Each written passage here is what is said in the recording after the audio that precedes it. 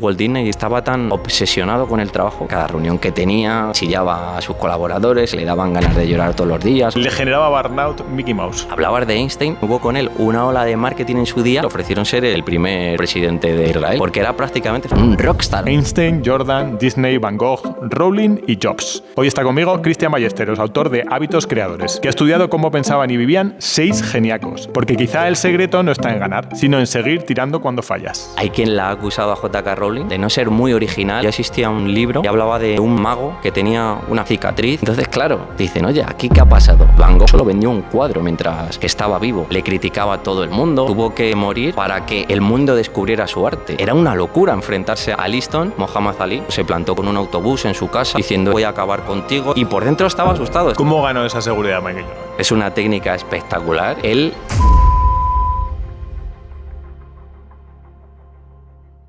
¿Tenían algún denominador común todos estos genios? Tenían muchos y además es súper interesante lo que has comentado porque es que todos ellos fallaron muchísimo. Claro, tú los has nombrado. Einstein, Michael Jordan, Walt Disney, Van Gogh, J.K. Rowling, Steve Jobs. Has hablado de genios, a mí me gusta más hablar de creativos o creadores porque ciertamente fallaron tanto que uno diría, cuando les cogiéramos, digamos, cuando eran anónimos, nadie iba a pensar que iban a ser genios, ninguno de ellos. Entonces, precisamente fue el hecho de sobreponerse, de no quedarse con el primero, ni con el segundo, ni con el tercer fallo, sino persistir mucho más adelante.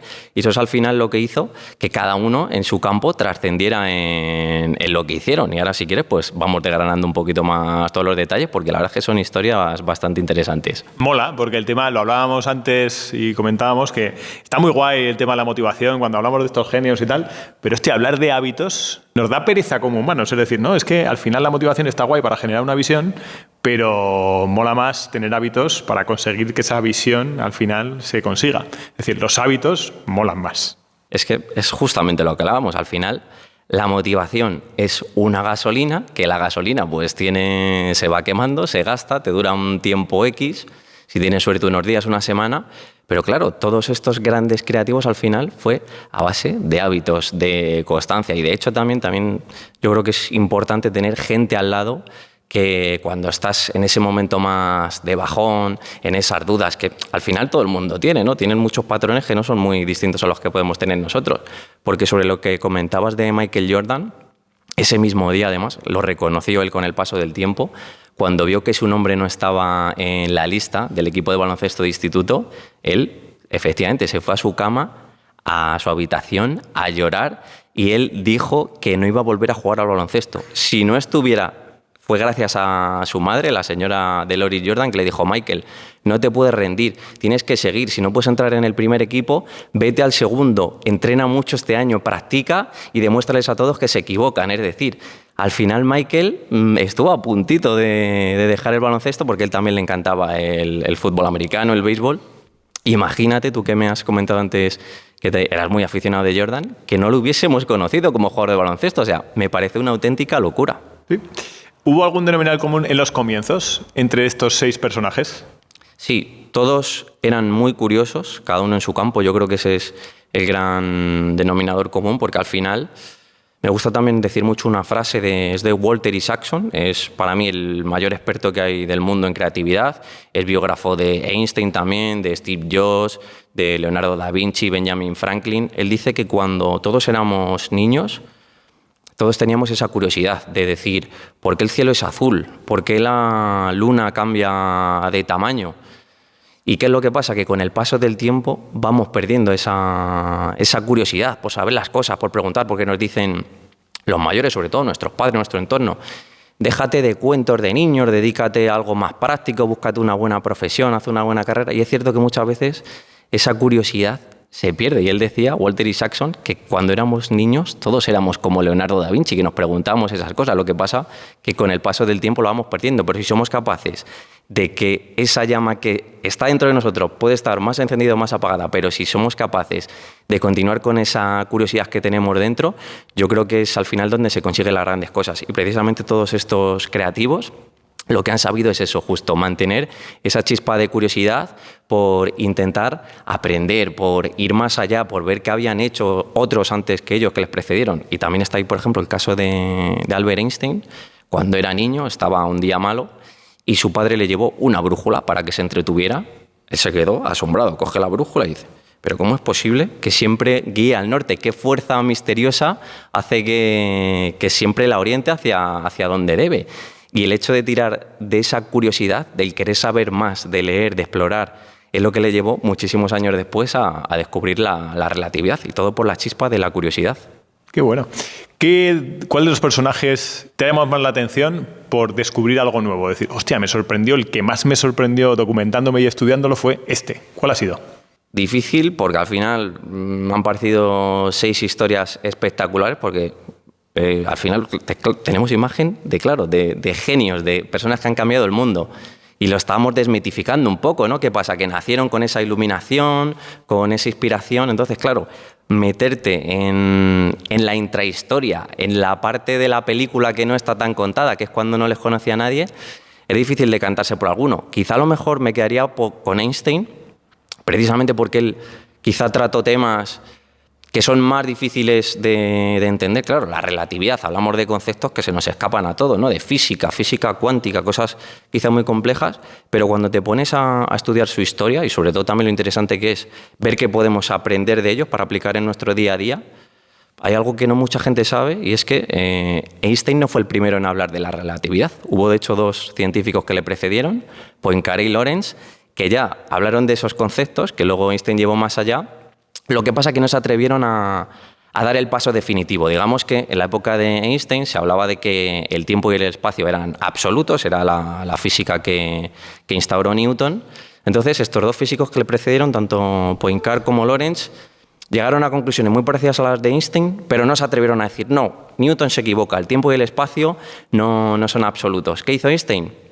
Leyó lo que habían hecho estos 2 científicos previos a él, siguió investigando por su cuenta, y él sí tuvo la valentía de ir contra el statu quo, lo que imperaba en ese momento, y decir, oye, lo que habéis dicho está bien, vais bien encaminados, pero yo sí me voy a atrever a ir un paso más allá y voy a decir que Newton se equivoca, que el tiempo y el espacio no son absolutos, sino que son relativos. Y de hecho, por eso acabamos al final usando la relatividad, porque es algo que hoy en día lo tenemos en los móviles, en una placa fotoeléctrica para abrir una puerta mecánica, y es decir, oye, el propio Einstein decía, cualquiera podía haber llegado a las mismas conclusiones que yo, solo falta esa curiosidad. Y me parece impresionante, ¿no? Que algo como tan complejo estuviera ya a puntito de ser descubierto, pero que él dijera, no, yo voy a ser el que lo descubra porque voy a ir un paso más allá y me voy a atrever a derribar esas creencias preestablecidas. Es un poco la palabra que has dicho, atreverse. O sea, para ser un genio creativo, un genio en general, para tener hábitos de genio creativo, hace falta atreverse. En este caso, a dar su opinión. Tal cual. Y es que, además, fíjate, y para que veas por la creatividad nos rodea, ya no solo hablando de estos mitos, por decirlo ahí. Hoy día hay un cantante que además que me gusta muchísimo, lo conoce a todo el mundo, gente joven, Duki. Es que tuvo unas palabras que me llamaron muchísimo la atención, porque dice, yo al principio, él es rapero, hace pues música actual, dice, yo era malísimo cuando empecé, pero la clave es que me atreví. Yo empezaba a hacer batallas de freestyle y era un desastre, la gente se reía de mí, pero ¿qué me diferencia de los demás? Que yo me atreví a dar ese paso, y era muy malo, pero fui continuando yendo a batallas. Y era malo, pero un poquito menos, y cada vez un poquito menos. Y fui aprendiendo, y fui investigando, y fui viendo cómo lo hacía este otro rapero que conocía de otra batalla. Y al final hoy, nos guste más, nos guste menos, yo la verdad es que es una persona que admiro y me gusta mucho esa progresión que ha llevado, pero el hecho de decir, es atreverse, es dar el paso y seguir el proceso, y por muy torpe, por muy malo que seas al principio, él obviamente nunca va a ser un Pavarotti, pero hoy está viviendo de la música, es millonario, le admiran millones de personas en todo el mundo, ha sabido conectar con esa audiencia, y me parece que tiene mucho en común también con esta gente. ¿Tú crees que Sergio Ramos va a seguir el mismo camino? Pues fíjate, Sergio Ramos es curioso, se le está criticando mucho, y es cierto que su canción, pues oye... Está ahí con carencias, pero bueno. Ahí efectivamente. Él evidentemente tiene acceso también a buenos productores, de hecho se dice que está grabando, que tiene ya grabado un disco, que va a colaborar con Maluma, con J Balvin, con los más grandes porque sean amigos suyos. Pero yo, fíjate, aunque no me guste la canción de Sergio Ramos, las cosas como son, pero yo le admiro que un tío así, que ya lo ha conseguido todo en el fútbol, que dice... ¿Yo qué necesidad tengo? Se está atreviendo. Efectivamente, ¿qué necesidad tengo de que se rían de mí, de que piensen que estoy haciendo el ridículo al irme al mundo de la música? O sea, es un poco lo que hizo Michael Jordan. Cuando él era el número uno en el baloncesto en la NBA, lo había ganado todo ya, tenía 3 anillos, y se retiró porque asesinaron a su padre, entró en un periodo de crisis muy grande. Y con 30 años, que estás en plena cima de tu carrera, dices, ¿por qué te retiras, Michael, si todavía te quedan 4, 5, 6 años al máximo nivel? Él dijo que había perdido la motivación y justamente se fue a jugar al béisbol, un deporte en el que llevaba 10, 15 años sin jugar, en el que no era nadie, y se fue a probar suerte, a recuperar esa pasión que había perdido, a decir, oye, ya no me llena el baloncesto porque soy una leyenda, porque no puedo ni salir a la calle, porque tengo un montón de obligaciones y quiero volver a empezar como cuando empecé en el equipo del instituto. Quiero ir con mi equipo de béisbol a ser uno más, que ese ambiente de vestuario que he perdido porque yo ahora tengo un estatus de estrella. Y para mí, salvando las distancias, es lo mismo, ¿no? de Sergio Ramos, es decir, atreverte, irte a otro campo que no eres nadie, pero aprender de cero, intentar ganarte una oportunidad. Y oye, las cosas como son, Sergio Ramos, y hoy pues eso, está el chascarrillo, está el meme, pero quién sabe, a lo mejor le das 5 o 10 años en el mundo de la música. Oye, por lo menos yo le aplaudo, ole por él. Yo por si acaso no digo nada. ¿Cuáles eran los hábitos creadores de Einstein, que hemos empezado hablando por él? Pues mira, Einstein, precisamente, hablábamos de que le gustaba mucho investigar qué habían hecho otros antes que él, otros físicos. Claro, él no era muy buen estudiante, tuvo muchísimos problemas en esa época porque precisamente él estaba en contra de todo lo que tuviese que ser los típicos sistemas estudiantiles, tanto de ayer como de hoy. Aprender una información y luego vomitarla en el examen y no te sirve absolutamente de nada. Él, digamos que era más, tenía una faceta artística. ¿En qué sentido? Lo que hablábamos antes, la brújula. ¿Qué fuerza misteriosa guía este aparato hacia el norte? Él se preguntaba qué había detrás de las cosas. Entonces, como no le iba muy bien en los estudios, le llevaron a un instituto que era, digamos, un poco particular. Estaban influenciados por un pedagogo que, digamos, animaba a sus estudiantes a utilizar el poder de la mente. ¿En qué sentido? A que visualizaran. Les ponía problemas en clase y dice, tenéis que cerrar los ojos, verlo dentro de vosotros. Y Einstein llegó un día a una visualización que es al final la que acabaría cambiando el mundo, que es decir, ¿cómo sería ir montado en un rayo de luz? ¿Qué pasaría si alguien fuese a la velocidad de la luz? Entonces, se tiró nada más que 10 años dándole vueltas a esa idea en su cabeza. Y así fue como al final llegó a la relatividad, a base de mucha visualización de conceptos, de pensar, de ver qué habían hecho otros antes que él.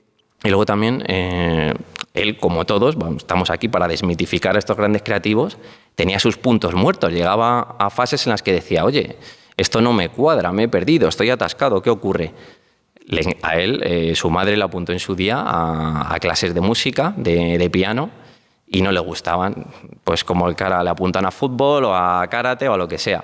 ¿Qué pasó? Que un día escuchó a Mozart y se quedó embelesado. Dice, esto me encanta, esto sí, ahora quiero yo aprender por mi cuenta a tocar el violín. Y precisamente él decía que es mucho mejor el amor que el deber en ese sentido para intentar aprender algo. Entonces, cuando Einstein tenía algún punto muerto, se ponía a tocar su violín o se iba a dar un paseo y decía que siempre le encontraba la solución a ese problema que estaba buscando. Entonces, a base de perseverar mucho en todas estas facetas, pues fíjate, acabó descubriendo la relatividad.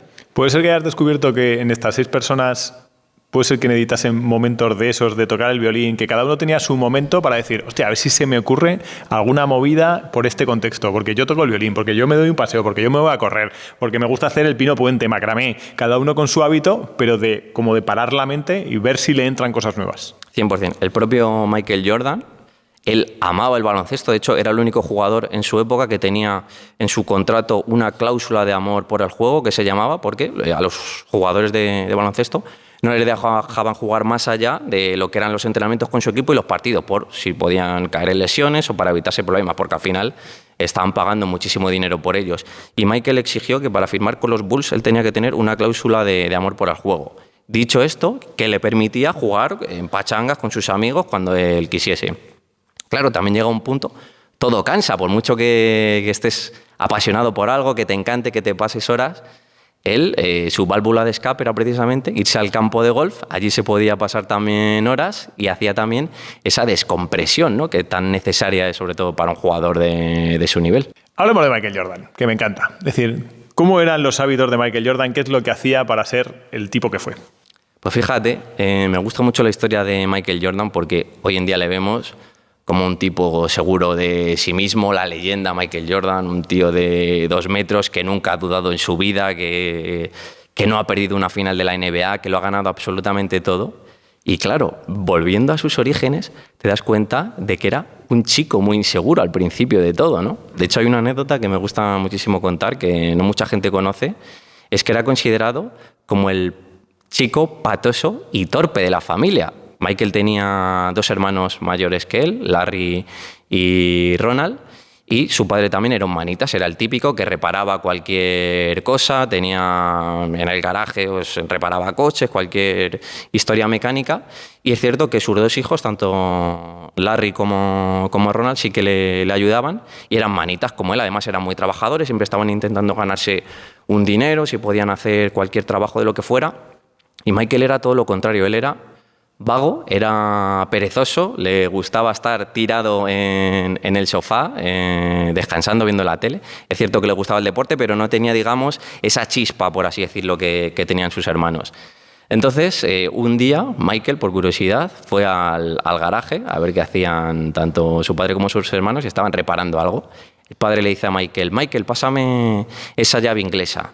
Michael no tenía ni idea que era una llave inglesa, le acercaría cualquier cosa, un destornillador, y el padre indignado le dijo, Michael, eres un inútil, no vales para nada, vete dentro con las mujeres a ayudarlas. Era durete, ¿no? El padre de Michael Jordan, Era muy duro porque, si no me equivoco, creo que venía de un ámbito militar, una persona con muchísima disciplina, entonces, claro, en esos primeros momentos no casaba, ¿no?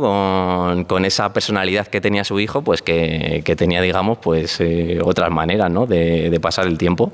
Porque también precisamente es curioso todo el tema del padre, porque el padre también era muy fanático de los deportes y ahí Michael vio que él podría encontrar un lazo de unión con él, ¿no? Porque a Michael le encantaban los deportes, a su padre también, ya que él no era un manitas, Michael decía, pues voy a intentar con todo el tema del deporte ganarme también su cariño, ¿no? Es la forma de poder contactar con él, conectar con él de alguna manera. Entonces, al final, lo que hablábamos, volviendo al tema de la seguridad de Michael Jordan, que no era tal, cuando empezaba a jugar al baloncesto, él también tenía sus nervios. Se cuenta también, en el libro se explica, que cuando tuvo una prueba en un campus para ir a una liga mayor, claro, iba a jugar con jugadores ya de un nivel más alto que él y que a Michael le temblaban las manos, le sudaban de los nervios de enfrentarse a esa prueba. ¿Qué pasó luego? Pues que cuando ya se puso a rodar el balón, él se dio cuenta que tenía un nivel comparable al de ellos y fue ganando esa confianza, pero que no era esa persona que vemos hoy en el documental de Last Dance, esa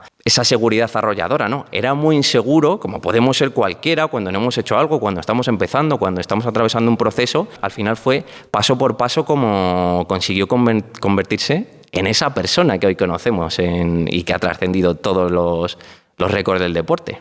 ¿Y cómo ganó esa seguridad Michael Jordan? Sobre todo, fíjate, hablábamos antes de cuando le rechazaron del equipo de baloncesto de instituto y se tuvo que ir al equipo B, por así decirlo. Él tenía tanta rabia que dice, me voy a levantar todos los días a las 7 de la mañana para ir a entrenar.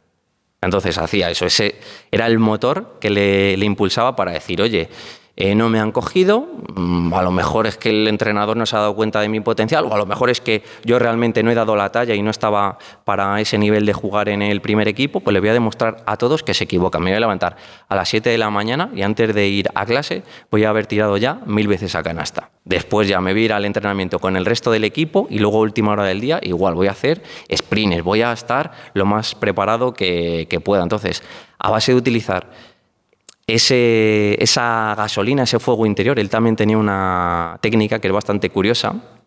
Cuando se encontraba cansado en un entrenamiento, cuando estaba persiguiendo ese sueño que tenía de jugar en el primer equipo y estaba en el segundo, pues a lo mejor, imagínate, madrugones para entrenar, luego vas a clase, haces otra segunda sesión con el resto del equipo, etcétera, etcétera.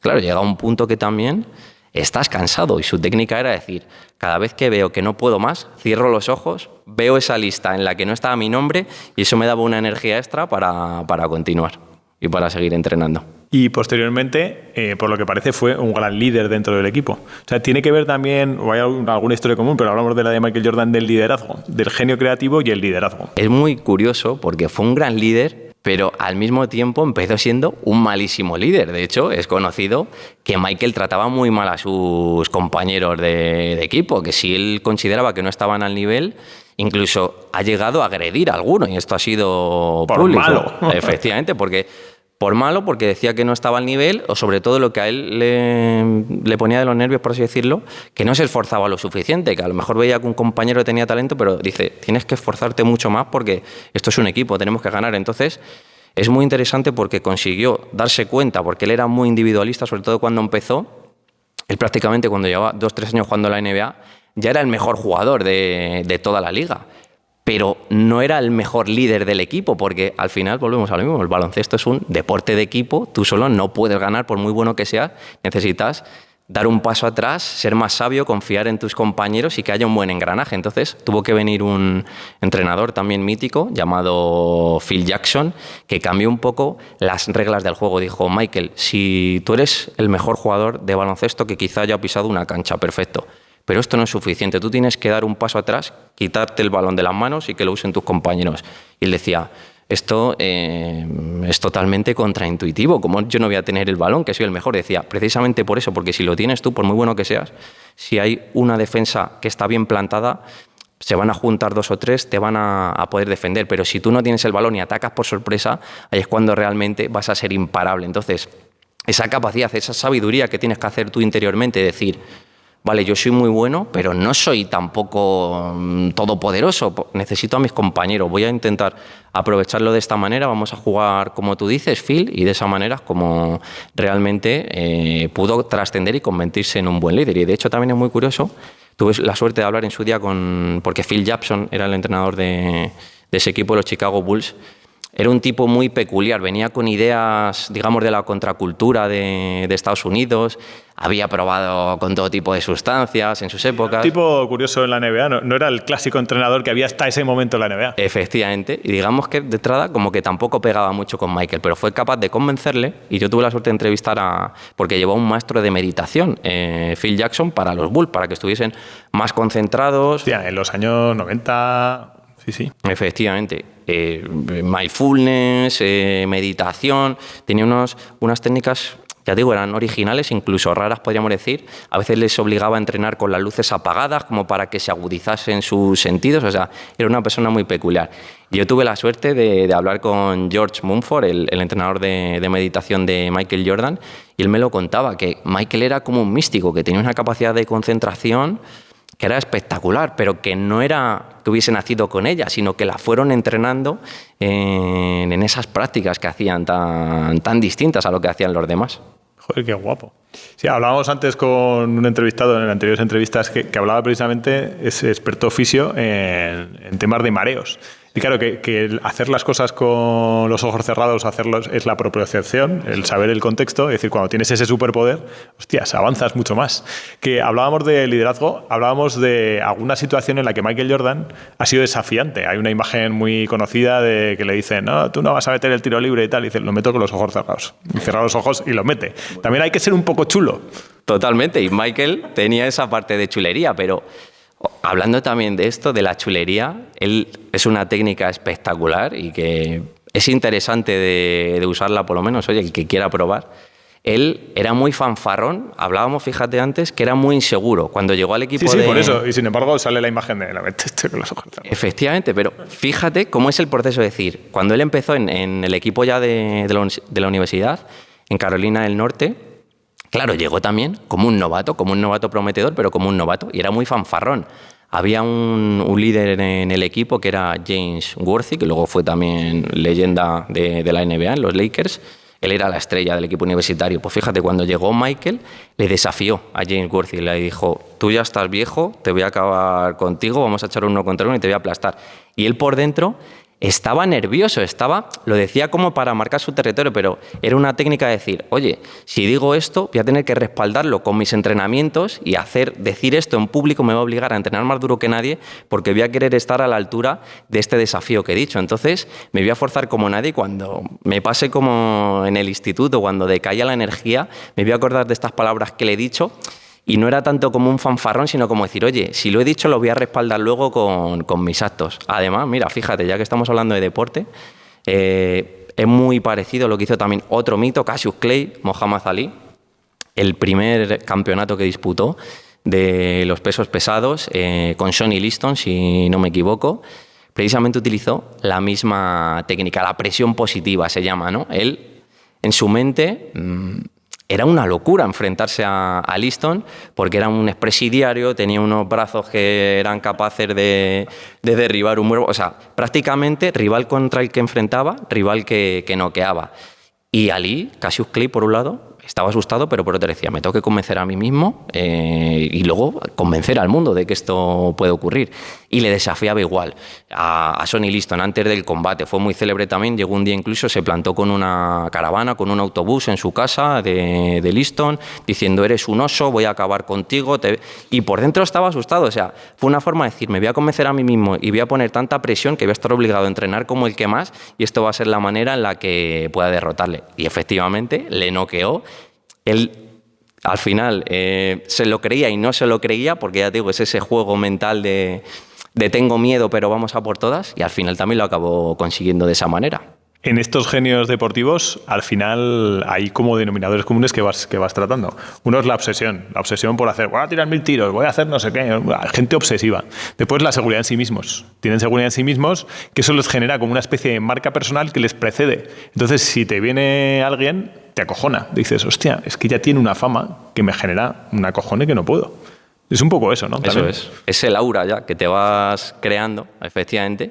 Pero yo insisto, o sea, lo mejor de todo es eso, o sea, que no es que sean gente con una seguridad arrolladora de gratis, sino que que se la han currado. Efectivamente, eso es lo que me parece impresionante, decir, oye, esto realmente está al alcance de cualquiera. Típico ejemplo que podemos tener todos, cuando nos da miedo hacer cualquier cosa, algo que no hemos hecho nunca, pues vamos a ser unos torpes al principio, se nos va a dar fatal, pero oye, si vas insistiendo, vas trabajando, pues al final vas a conseguir seguridad en eso que hagas también, ¿no? Entonces yo creo que eso es lo que también podemos aprender. Entonces, ¿cuál es el puntillo de esta gente? Es decir, porque al final son gente normal aparentemente cuando empiezan sus vidas y poco a poco van ganando seguridad a través de la acción, de la obsesión y demás, pero ¿cuál es el puntito que les hace diferentes? O sea, ¿en qué momento hacen una cosa que los demás no hacen? ¿Cuál es el puntito? Pues para mí la clave justamente también es el hecho de no rendirse, porque es que realmente, volviendo también a Einstein, cuando tuvo tantos nos en la física, nadie le quería contratar a Einstein, ni siquiera como profesor de instituto, mucho menos universitario, no le daban trabajo, estaba mal viviendo. Hubo un momento que estuvo a punto de meterse a vendedor de seguros. Claro, si Einstein, antes de que llegase a la relatividad, se hubiese metido a ese otro campo, no sé cómo sería hoy la tecnología que tenemos. A lo mejor lo hubiese descubierto otra persona, nunca lo sabremos, pero es decir, estuvo a punto en un momento dado, y pasó con absolutamente todo, con J.K. Rowling, con Walt Disney, Steve Jobs, que estuvo también a punto de meterse en un monasterio budista en Japón. Es decir, el hecho de que cuando nos salen mal las cosas, aguantar un poquito más, y un poquito más, y un poquito más, es al final lo que les ha hecho trascender. Pues es verdad la historia esta de Einstein que daba charlas, iba con su chofer, ¿y eso es cierto? Yo hasta donde he investigado es más mito que otra cosa. Cuéntalo, joder, cuenta el mito, que me encanta. Eso es lo que se dice, que por lo visto se iba con su chofer y su chofer estaba tan cansado de escuchar las ideas de Einstein que un día, por hacer la broma, dice, pues venga, vamos a cambiar, vas a dar tú la charla y yo voy a estar en el estrado.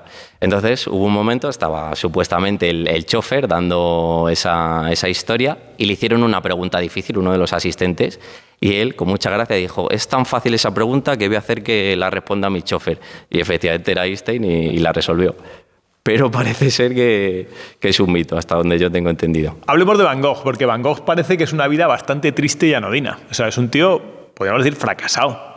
Y sin embargo, ¿qué es lo que tuvo? Es que es súper interesante también su historia, precisamente por hablamos de genios, de mitos, de creativos, personas que han triunfado en vida. Y Van Gogh no. Van Gogh tuvo que morir para que el mundo descubriera su arte, de que era una persona original, diferente, que no se había hecho nunca, ¿no? Lo que él intentó plasmar. Entonces, es cierto que su caso me encanta porque no era un virtuoso del arte. De hecho, dio muchísimos tumbos, se dedicó a un montón de cosas. Empezó también siendo predicador, quiso dedicarse a temas de la iglesia, pero no parecía conectar con nada. Tenía muchísimos problemas. Luego también han salido estudios que podían decir que tenía bipolaridad, incluso problemas de epilepsia, tuvo un montón de depresiones, era también alcohólico, en fin. Una joyita. Efectivamente, dando tumbos toda su vida. Y él ya empezó con el tema del arte bastante mayor, que yo creo que también es algo para inspirar a cualquiera que vea este podcast o que diga, oye, pues yo tengo un sueño, soy oficinista, pero me gustaría, no sé, escribir novelas o hacer música o pintar o la afición que tenga cada uno. Pero puede ser que digas, oye, yo ya estoy mayor, ya tengo 40 años, ¿yo ahora qué hago metiéndome a estas alturas a cualquier historia? Entonces, Van Gogh empezó con 27-30, que estaba considerado mayor para aquella época. Para aquella época de meterte a algo tan absorbente como puede ser el arte. Entonces, él lo intentaba, hacía sus primeros dibujos, no eran buenos, le criticaba a todo el mundo, sus maestros decían, oye, no eres bueno ni con la perspectiva, ni haciendo dibujos, ni con los colores, o sea, dedícate a otra cosa porque para esto... Muchacho, venga. Efectivamente, arranca con algo porque con esto no funciona. Y él no, y él lo intentaba de una manera y de otra. Y volvemos a lo mismo de antes. Él investigaba qué hacían otros pintores que le precedían a él, Delacroix o Rubens, diferentes estilos, cómo podía él aplicarlo, mezclar y crear algo único y original. Entonces, a base de meterse muchos palos, de fracasar, de no vender... Él solo vendió un cuadro mientras que estaba vivo, pero al final tenía tanta pasión por lo que hacía. Hay también una anécdota muy buena que él decía que cuando había tormenta salía a la orilla de la playa, se ponía ahí con su caballete, se ponía también como un paraguas, una sombrilla y se ponía a pintar. Y veía que en el mar estaban barcos pues que estaban, digamos, luchando contra esa tormenta, contra el viento, pero decía, se está creando aquí también una sensación, el flow, ¿no? Algo muy típico de las personas creativas cuando están también haciendo algo que les atrapa. Estoy ahora mismo solo aquí en el momento, estoy captando este barco que está luchando en el mar, el juego de luces, de viento, de agua.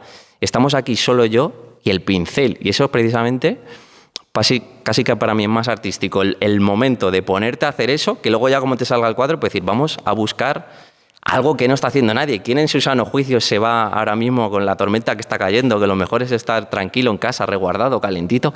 ¿Quién se va a hacer eso? Y eso es para mí el ejemplo que dice, claro, al final este tío se lo ganó. Su arte no viene porque sea un técnico, un purista, un virtuoso. Su arte viene porque tiene espíritu lo que hace, porque tiene alma, porque ve sus cuadros. De hecho, mi cuadro favorito, puede que el de mucha gente también, famosísimo, La noche estrellada. Lo ves y dices, no sé por qué, pero tiene algo que me llama. Lo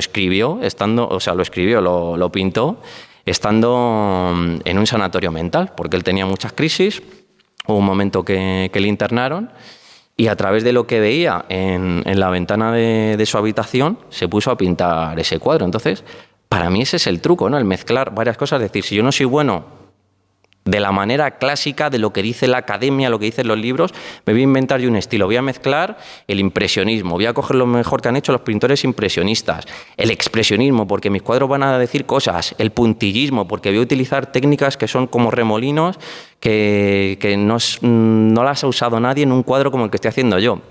Y a través de eso creo algo único. Y hoy Van Gogh sigue sin ser un virtuoso, pero sus cuadros están expuestos en los mejores museos del mundo, se venden por millones de euros y ha pasado a la historia como uno de los grandes genios y grandes creativos del arte. Mira, mientras vas hablando me voy anotando como ideas que van teniendo estos genios, ¿vale? De momento hemos hablado de tener seguridad en sí mismos. Hemos hablado de generar una marca personal, al final, Michael Jordan, de tener obsesión, de atreverse a pintar debajo de una sombrilla, de atreverse a decirle a James Worthy que cállate que te voy a pasar por el morro. Y también el mezclar cosas para intentar cositas nuevas dando pasos adelante. De momento, este puede ser el ingrediente, ¿no? Eso es. J.K. Rowling. Háblame un poco. También es muy curioso J.K. Rowling, y hablando de mezclar, de hecho, bueno, vamos a empezar por lo más polémico. Hay quien la ha acusado a J.K. Rowling de no ser muy original a la hora de concebir a Harry Potter. ¿Por qué? Que todavía estará descojonándose en la ducha mientras se ducha. Sí, es verdad. Igual tienes razón. Efectivamente, mientras que vosotros os reís, pues mira cómo estoy yo, ¿no? Creo que era la mujer más poderosa de todo Reino Unido, la lista Forbes de las más ricas, la acusan de que Harry Potter no fue original en el sentido que ya existía un libro, Ursula Le Guin, si no me equivoco que se llamaba, que ya hablaba de un mago que tenía una especie de cicatriz en la frente, que iba a un colegio de brujos. Entonces, claro, dicen, oye, ¿aquí qué ha pasado? ¿La has plagiado, la has copiado? No, al final es inspiración. Ella cogió eso, cogió partes que le gustaron también de otras novelas, de otros libros míticos, del Señor de los Anillos, de cosas que le iban gustando, de la tradición que había también en Reino Unido por ese tipo de historias. Ella viene de un pueblecito que tenía también un bosque, ya sabes, la imaginación, el bosque encantado, vamos a dar un paso, imaginación de niños. Al final todo eso va germinando en una mente y vas creando una obra que es original. Y de hecho también es súper interesante porque la idea de Harry Potter, digamos, claro, al final bebes de varias fuentes, de varias influencias. Y sin que tú te des cuenta, y esto pasa en todos los casos, y nos pasa a todos nosotros, yo creo, va trabajando la mente subconsciente. Tú tienes ahí esa coctelera, tienes tus influencias, va trabajando. Y de repente, el día menos pensado, como le pasó a Einstein el día que llegó a la conclusión de la relatividad, pues J.K. Rowling se le ocurre la idea de hacer la historia de un mago. ¿Cómo fue? Que yo es lo que creo que a lo mejor hoy no podría pasar, porque ella estaba en el tren, iba hacia Manchester, porque tenía allí un novio, estaba intentando mudarse allí, conseguir trabajo, porque igual, luego si quieres también entramos en detalle en su historia, pero lo pasó fatal, no conseguía quedarse estable en ningún sitio, tuvo problemas de depresión, la maltrataba a su novio, etc. Total, llegó un día, estaba en el tren y tenía una avería el tren. Entonces ella, claro, a lo mejor se tiró 1 o 2 horas hasta que arrancó el tren y no tenía absolutamente nada que hacer. No era la época de los móviles, que lo que digo, hoy en día no hubiese logrado escribir Harry Potter porque se habría metido a TikTok o a Instagram y olvídate, y adiós creatividad. Claro, tenía 1 hora o 2 para ella sola, sin nada que hacer, y se puso a visualizar, a soñar despierta, a cerrar los ojos, a relajarse. Y ahí es justo cuando se le ocurrió la idea de decir, oye, ¿y por qué no hago una historia? Porque ella tenía siempre el sueño de ser escritora, pero es cierto que los intentos previos que había hecho, incluso se quedó con una novela a medias que nunca llegó a terminar, porque decía que era una porquería, que si no le gustaba ni a ella misma como le iba a gustar a los demás, le dio por dejar jugar, volar a su imaginación y decir, oye, vamos a desarrollar todo esto. Este niño mago que me está viniendo ahora mismo a la mente, ¿qué pasa con él? ¿Qué hace? Va a un colegio de brujos, tiene unos amigos, se enfrenta con un malo, y dejó que todo ese trayecto, mientras que estaba tanto el tren averiado hasta que por fin pudo volver a donde ella vivía, que volara su imaginación, porque claro, tampoco tenía un papel para apuntarlo. Y ella comenta que precisamente el hecho de a lo mejor haber tenido algo para plasmar la idea en el momento hubiese sido contraproducente, en el sentido de que ella dejaba volar a su imaginación, y si le hubiese tenido que parar su mente para empezar a escribir, quizá hubiese perdido muchos detalles que luego sí que cuando ya, digamos, acabó su ensoñación, su historia, llegó a su casa, ya sí que lo pudo apuntar, pero ya lo había dejado correr durante todo ese tiempo. Entonces, es otro ejemplo para mí espectacular de cómo funciona la creatividad, la inspiración, el momento eureka, que no es que te venga de la nada, sino que va germinando, se va haciendo esa coctelera en tu mente y llega un punto que desemboca en algo original, mezclando muchas cosas. O sea, hay que dejar espacio para aburrirse de alguna manera. Si no, no funcionan las cosas. Un momento de atención. ¿Quieres echarme una mano y seguir viendo gente como esta en el canal? Si quieres que siga trayendo invitados como el que estás viendo, interesantes, y que te expliquen cosas sobre cómo no morir de éxito, suscríbete al canal, es gratis. Otra de las cuestiones que me apunto de J.K. Rowling es pasar a la acción. Es decir, hubo una que pensó en un libro de un mago con un rayo, pero lo pensó. Y otra que lo pensó y lo hizo. Efectivamente. Digamos que esa es la diferencia también entre estos genios creativos y otros, que unos piensan y te vas a la cama y dices, hostia, qué idea más buena he tenido hoy, no me acuerdo mucho, no me voy a dormir. Y otros que dicen, hostia, no, qué idea he tenido, voy a ponerla en acción. Tal cual. De hecho, J.K. Rowling también es célebre la historia de que tuvo más de 13 rechazos de las editoriales. Una vez que ya se atrevió primero a acabar el libro, que también estuvo varias veces ahí al filo de dejarlo porque no tenía tiempo, tenía que también cuidar de su hija, estaba preparándose para ser profesora. Dice, no me da la vida, es que no voy a poder acabar Harry Potter, pero a pesar de todo continuó. Una vez que ya se atrevió a acabarlo, por eso, porque tenía también esas dudas, lo que hablábamos antes, la seguridad en sí mismo, se la fue forjando ya también, porque al principio decía, hay días parece que me gusta esta obra, hay días que no sé si le va a convencer a alguien. Bueno, al final se atrevió a acabarla. Y claro, luego te atreves a intentar venderla y ves que te la rechaza todo el mundo. Entonces, ¿qué pasa? Y tienes que perseverar, decir, oye, es que esto puede que sea una obra de arte. Bueno, a ver, obra de arte muy relativo, pero puede que sea algo que cambie la historia de la literatura moderna, como así acabó sucediendo, o puede ser, como tú decías, que digas, pues se ha quedado en una bonita idea que he tenido un día y haya terminado la historia. Entonces, ese es precisamente el truco, ¿no? El intentar continuar, el dárselo a conocer al mundo, que conozcan tu obra. Puede ser buena, puede ser mala, pero por lo menos atrévete a explorar qué posibilidades te da aquello. Esta gente tenía una forma de manejar las excusas. Se ponían excusas y, por otro lado, la frustración. O sea, ¿cómo manejaban la frustración? Aparentemente J.K. Rowling de una manera bastante resiliente, pero también las excusas. Tiene pinta de que no se ponían muchas excusas, sino que el círculo, como el círculo de influencia, el círculo de preocupación. Ellos trabajaban en el círculo de influencia, donde yo podía hacer cosas y cambiar mi realidad. Eso es, mira, por ejemplo, en el caso de J.K. Rowling también, ella lo cuenta, dice, yo la mayor parte de lo que escribo realmente no me gusta, yo no me sale fluido, reescribo y reescribo 1000 veces y le doy 1000 vueltas y tengo que probar. Y dice, muchas veces el mayor crítico es el que está dentro de ti, en tu propia cabeza. ¿Cómo he sido yo capaz de acallar a este crítico? Pues me tomo la licencia de decir, bueno, a lo mejor hoy no estoy haciendo tan bien las cosas, vamos a tomarnos un respiro, me voy a tomar un bizcochito, ahora lo veo a lo mejor más negro, y cuando a lo mejor ya te has recuperado, le has calmado ese crítico interno, vuelves y lo intentas, y al día siguiente y otra vez. Y va a llegar un punto que empieces a escribir algo que sea más interesante, que tenga lo que hablamos antes, esa chispa, ese espíritu, eso que pueda conmover a alguien, ¿no? Que pueda merecer la pena de ser leído. Y así, a base de picar piedra al final, porque es que ese es el concepto, es donde se acaban desarrollando las obras más interesantes. Y claro, lo mismo pasa con cualquier otro de los ejemplos que podamos poner. El propio caso de Walt Disney también es muy interesante. Hubo un momento de su vida, él ya estaba en la cumbre, luego si quieres también hablamos de cómo llegó ahí, pero que tuvo una crisis que se deprimió, porque estaba tan obsesionado con el trabajo. De hecho, mira, me acordé mucho también, hace algún tiempo subiste un podcast que me gustó muchísimo, súper interesante, hablaba del burnout, de estar quemado. Walt Disney, hubo un punto que tenía burnout. Burnout, pero literal, al punto que... Le generaba burnout Mickey Mouse. Claro. Así como declaración. Además que sí, claro. Imagínate una empresa que ya así me tenía. Imagino a Mickey Mouse con Walt Disney. Venga, tío, va, joder. El rollo está en la dosis. Venga, va. Sí, totalmente. Y él, cada reunión que tenía, decía que chillaba a sus colaboradores, a sus empleados, que le daban ganas de llorar todos los días, hablando por teléfono, no podía dormir. Literalmente, claro, y le ponemos un nombre a todo, pero estaba quemado. Y al final tuvo que también decir, oye, vamos a parar.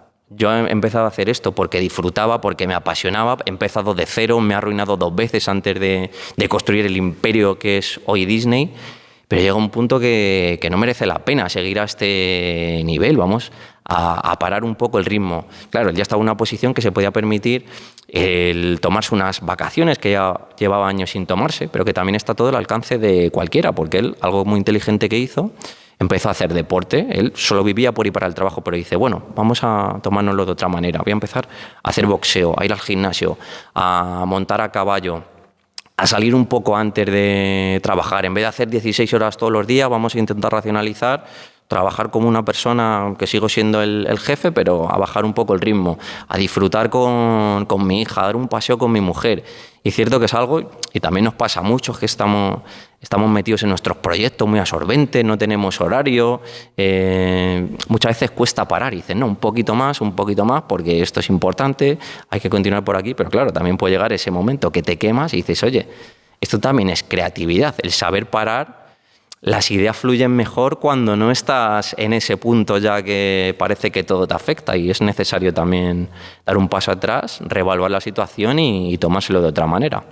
Que escuchaba a Les Rovira, no recuerdo dónde, pero bueno, sí, en Tengo un Plan, en un podcast de Tengo un Plan, que está muy bien, ¿eh? O sea, puedo hablar de otros podcasts, que decía precisamente que se ha visto mucha gente que con un propósito han acabado quemados porque el rollo está en la dosis, es decir, el veneno es la dosis. Es decir, las cosas en una dosis excesiva acaban siendo veneno. Yo creo que un poco le pasó a Walt Disney, ¿no? Que acabó siendo veneno esa parte. 100%, pero no solo a Walt, porque si te fijas lo que hablábamos de Michael Jordan, exactamente igual, acabó quemado, dejó el baloncesto. Es cierto que luego volvió, pero... Steve Jobs igual. J.K. Rowling también lo acabamos de hablar, que estuvo varias veces a punto de no continuar con Harry Potter y de dedicarse a otra cosa, porque ella era profesora. O sea, evidentemente Van Gogh también. Era claro, esa mezcla entre obsesión, estar quemado, pero seguir un poquito más. Al final le acabó pasando factura, porque se dice que hay otras teorías que también las abordamos en el libro, que pudo ser un disparo de otra persona que estaba en el pueblo, de donde él estaba viviendo al final, pero que, claro, al final el hecho de esa obsesión, pues hay que saber pararla a tiempo y estar a otras cosas, que no toda la vida es productividad, ni creatividad, ni trabajo, evidentemente. Hay que saber disfrutar, parar a tiempo y hacer otras cosas. Yo creo que aquí es importante lo del propósito, ¿no? O sea, el entender un propósito y poner toda esa energía sin pasarse para recalibrar, parar y recalibrar si fuera necesario. Yo creo que entender dónde está tu propósito, iterar ese propósito a través de la acción, es un hábito propio de estos perfiles, ¿no? 100%, porque además, claro, hablábamos creatividad. Hablamos, pues, pasos previos también de la creatividad, la curiosidad. Pero para mí el primer paso de todo es encontrar el propósito, qué es lo que te gusta, qué es lo que te mueve. Y en ese tema precisamente el que era un gran experto era Steve Jobs, que estaba muy perdido en la vida, por así decirlo. Él llega a una familia en California, él era adoptado. Digamos que su madre tuvo una relación con un chico árabe que estaba metido en problemas, activismo político y demás, había estado en la cárcel, y el padre de esta chica no veía con buenos ojos esta relación y le dio un ultimátum. Le dice, o dejas esta relación o olvídate de mí, te desheredo, haces tu vida por tu cuenta y ya te las apañarás. Se queda embarazada y duda, dice, no sé si tener este niño, Steve, o darle una adopción. El padre estaba muy mal, estaba esperando porque lo mismo le quedaba poco. Dice, bueno, si se muere antes, pues me lo quedo y pues al final tenía una buena posición su padre y salimos adelante, pero lo tuvo que dar en adopción. Y Steve siempre tuvo esa cosa de decir, mis padres me han rechazado desde el principio, soy un extraño, no sé qué he venido a hacer a este mundo, estoy muy perdido, tenía ese complejo. Estuvo permanentemente intentando buscar su propósito, qué tenía que hacer él en la vida, para qué había venido aquí. Además probó con un montón de cosas, desde terapias que hoy día nos parecerían muy extrañas. Él hacía algo que se llamaba la terapia del grito primal, que consistía, era un terapeuta de allí, de la zona de California, que decía que los traumas que tú tenías dentro, a base de gritar, es como ibas a darle salida, era como una metáfora, por así decirlo. Entonces tenías que gritar, exteriorizar todo lo que podías tener y de esa manera te ibas a liberar.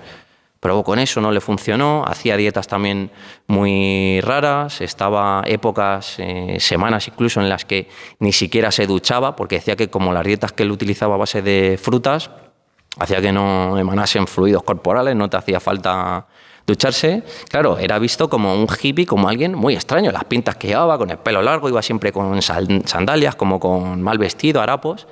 Y dices, claro, como esta persona, si lo vemos con retrospectiva, cómo este hombre ha acabado revolucionando el mundo de la tecnología. Hoy todo el mundo tiene un teléfono, bien sea iPhone o bien sea Android o de cualquier marca, pero todo viene de lo que generó él a través del iPhone. Cómo esta persona que en su día estaba perdida, que no sabía qué hacer, se tiró un montón de tiempo para encontrar su propósito, viajó incluso a la India, se quería meter a buscar la iluminación, ¿no? De alguna manera, decir, oye, si yo no me encuentro aquí, si voy a la India, hablo con un gurú, ¿qué pasaría? A lo mejor aquí está el sentido de mi vida. Y le costó muchísimo encontrarlo, pero al final lo encontró. Yo creo que esa es una bonita lección que cualquiera puede aprender, el decir, oye, busca, porque aunque tengas que dar 20 vueltas, 30, seguramente como las que dio Steve Jobs, algo hay para ti, seguro. No te canses de buscar. Es un proceso que es complicado también, pero al final tienes que insistir y probar, y si no es esto, lo otro, tal, hasta que des con algo que resuene contigo. Y él justamente lo hizo cuando descubrió el mundo de la tecnología, y fíjate la influencia que ha tenido hoy en día.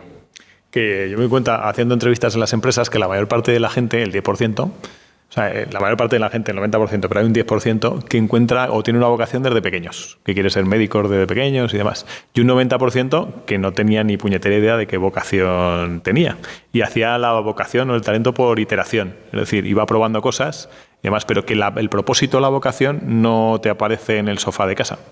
Normalmente te aparece probando cosas por error y diciendo, esto no me gusta, esto no me gusta, esto me gusta un poco más, esto me gusta un poco más. Y que toda esta gente ha sido muy activa en encontrar su propósito, que parece que el propósito es una idea feliz de decir, ¡lo tengo! Es decir, no me lo tengo, lo he probado 1000 veces. Incluso esas personas que son un 10% que encontraron su vocación de pequeños, el médico que querían ser de pequeños no es el médico que son de mayores porque han iterado con la realidad. Quiero decir, les ha pasado muchas cosas. Esta gente ha iterado con la realidad, ¿no? Han hecho cosas. Es decir, no son genios porque sí, sino porque se han puesto a currar, se han remangado y han hecho cosas. Eso es. El propio Walt Disney también, sin ir más lejos, él, cuando era un chaval, su sueño era ser actor. Él admiraba a Charles Chaplin, se veía todas sus películas, intentaba imitarle, decir, oye, este es una persona que también ha cambiado el mundo del cine, le admira a todo el mundo. A mí me gustaría también recibir esa gloria que tiene él. Yo quiero ser actor, es mi ídolo y le admiro y le estoy copiando. Ya te digo, estoy aprendiendo de cómo trabaja él y la expresividad que tiene, cómo mueve las manos, porque actor de cine mudo también, como era Charles Chaplin, cómo puedes comunicar sin hablar, ¿no? Todo lo que tiene que ver con esa expresividad. Y de hecho, él, bueno, luego acaba montando con el tiempo una empresa Walt Disney, no la gran Disney que conocemos hoy en día, sino otra empresa previa que al final tiene que cerrar y que tiene un problema con acreedores y demás. Y él dice, bueno, pues voy a retomar el sueño que yo tenía de ser actor, me voy a ir a Hollywood y voy a probar suerte allí. Y lo intenta por todos los medios, nadie le da una opción. Él estaba dispuesto a empezar, incluso se lo decía a las productoras, desde cero, aunque sea barriendo el suelo, y si podéis meterme de extra en cualquier película que tengáis, pues empiezo así, poquito a poco. Ya un día por fin le dan la oportunidad, extra de una película, típico que va a salir con otros 200. Y justamente ese día se suspende la grabación porque acá hay un granizado impresionante y no puede hacerlo. Entonces dice, pues parece ser que la actuación no es lo mío, era un sueño que tenía, podía haber sido un propósito, vamos a probar con otra cosa. Y justamente se mete en el mundo de la animación, que ya también le acaba de llenar por dentro.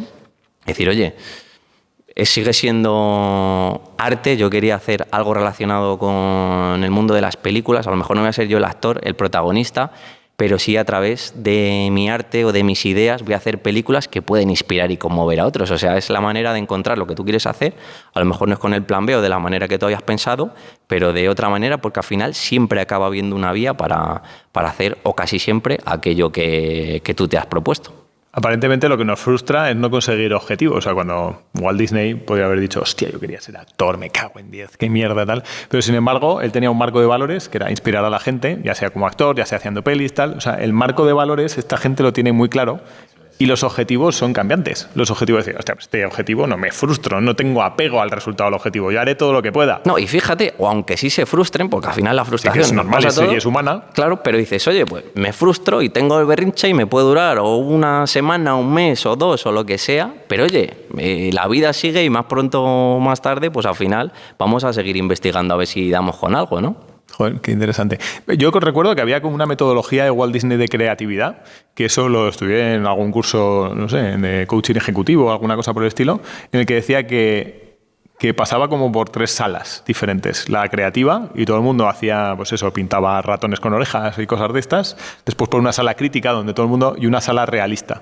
Digamos, ¿ese proceso es reconocido así creativo de Walt Disney? Sí, de hecho él es muy curioso también porque implementó mucho la innovación en lo que hacía en sus estudios. Él, al principio, está muy relacionado también con lo que intentaba Steve Jobs, que le pedía cosas casi imposibles a sus empleados. Que también está la cosa que decía Steve Jobs, de pedir, él lo llamaba el campo de la realidad distorsionada, si no me equivoco, como que les pedía cosas que los propios trabajadores ni siquiera que eran capaces de hacer, pero como no sabían que eran imposibles, lo acababan consiguiendo. Pues Walt Disney era un poco parecido. Entonces, claro, él le quería dotar de un movimiento a sus personajes que sus trabajadores no eran capaces de llevar a cabo, porque la animación en esa época estaba empezando a desarrollarse. Él fue de los pioneros, estaban pues con todo por descubrir, ¿no? Como en el lejano oeste, con todo por conquistar. Entonces, él lo que fue es llevando una academia, el primero apuntaba a sus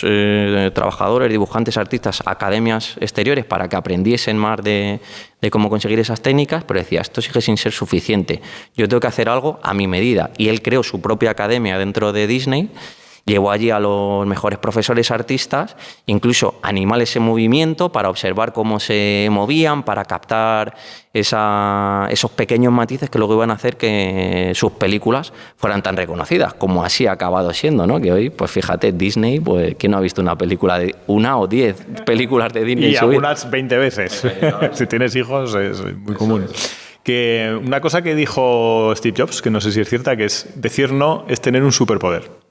Y a mí me parece que, claro, cuando tú eliges un propósito y tienes muy claro que ese propósito es el que quieres conseguir, estás eligiendo algo que tiene un coste de oportunidad, porque dejar de elegir un montón de cosas. Esta gente al final tiene la capacidad de asertividad, de decir, voy por aquí y se te acerca gente diciendo, no, ¿por qué tal? No. No. Es decir, es así. Sí, además en el caso que cuentas de Steve Jobs era súper radical. Él, si por algo también se diferenciaba, era de no ser precisamente una persona con mucha educación, incluso con sus compañeros. No tenía dobles tapujos y le tenía que decir que no a alguien o insultarle directamente en su cara o decirle que era un imbécil o un desastre. Él, en ese sentido, la verdad es que tenía poca inteligencia emocional, pero que luego también podía tener sus beneficios a la hora de conseguir objetivos. Y, de hecho, por llevarlo a la práctica, a él también es súper curiosa su historia porque le echan de Apple, la empresa que él ha fundado en el garaje de sus padres. Tiene unos problemas con el CEO de la compañía y una guerra entre ellos dos.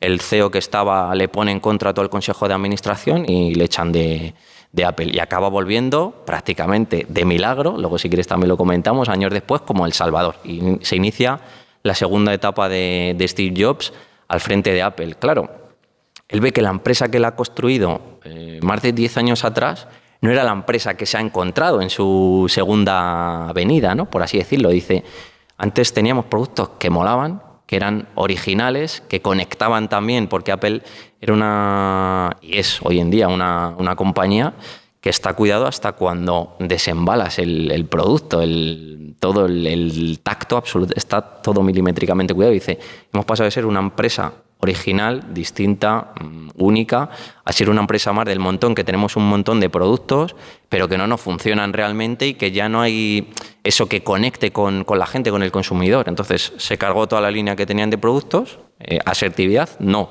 más basura no vamos a hacer. Trazó una línea, una cruz, y dice, vamos a hacer 2 productos para profesionales y 2 para usuarios. Un ordenador para profesionales, uno para usuarios. Y redujo todo a cosas básicas que eran los que realmente iban a volver a hacer que la gente volviese a confiar en Apple. Es decir, en vez de tener 100 productos que son un 5, vamos a hacer 4, pero que sean un 9.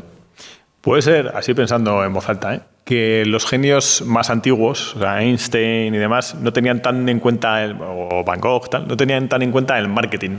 Pero sin embargo, a partir de cierto momento, los genios sí que tienen en cuenta el marketing. O sea, Michael Jordan es un auténtico, la gente que tuvo alrededor, la gente de Nike y demás, fue un auténtico dios del marketing. De hecho, su marca es de las más poderosas, Air Jordan. J.K. Rowling, el marketing a tope, o sea, la venta de sus libros y demás. Steve Jobs es un maestro del marketing. Es decir, al final, el marketing es importante para ser creativo, genio, que te vaya bien en la vida. ¿Es importante?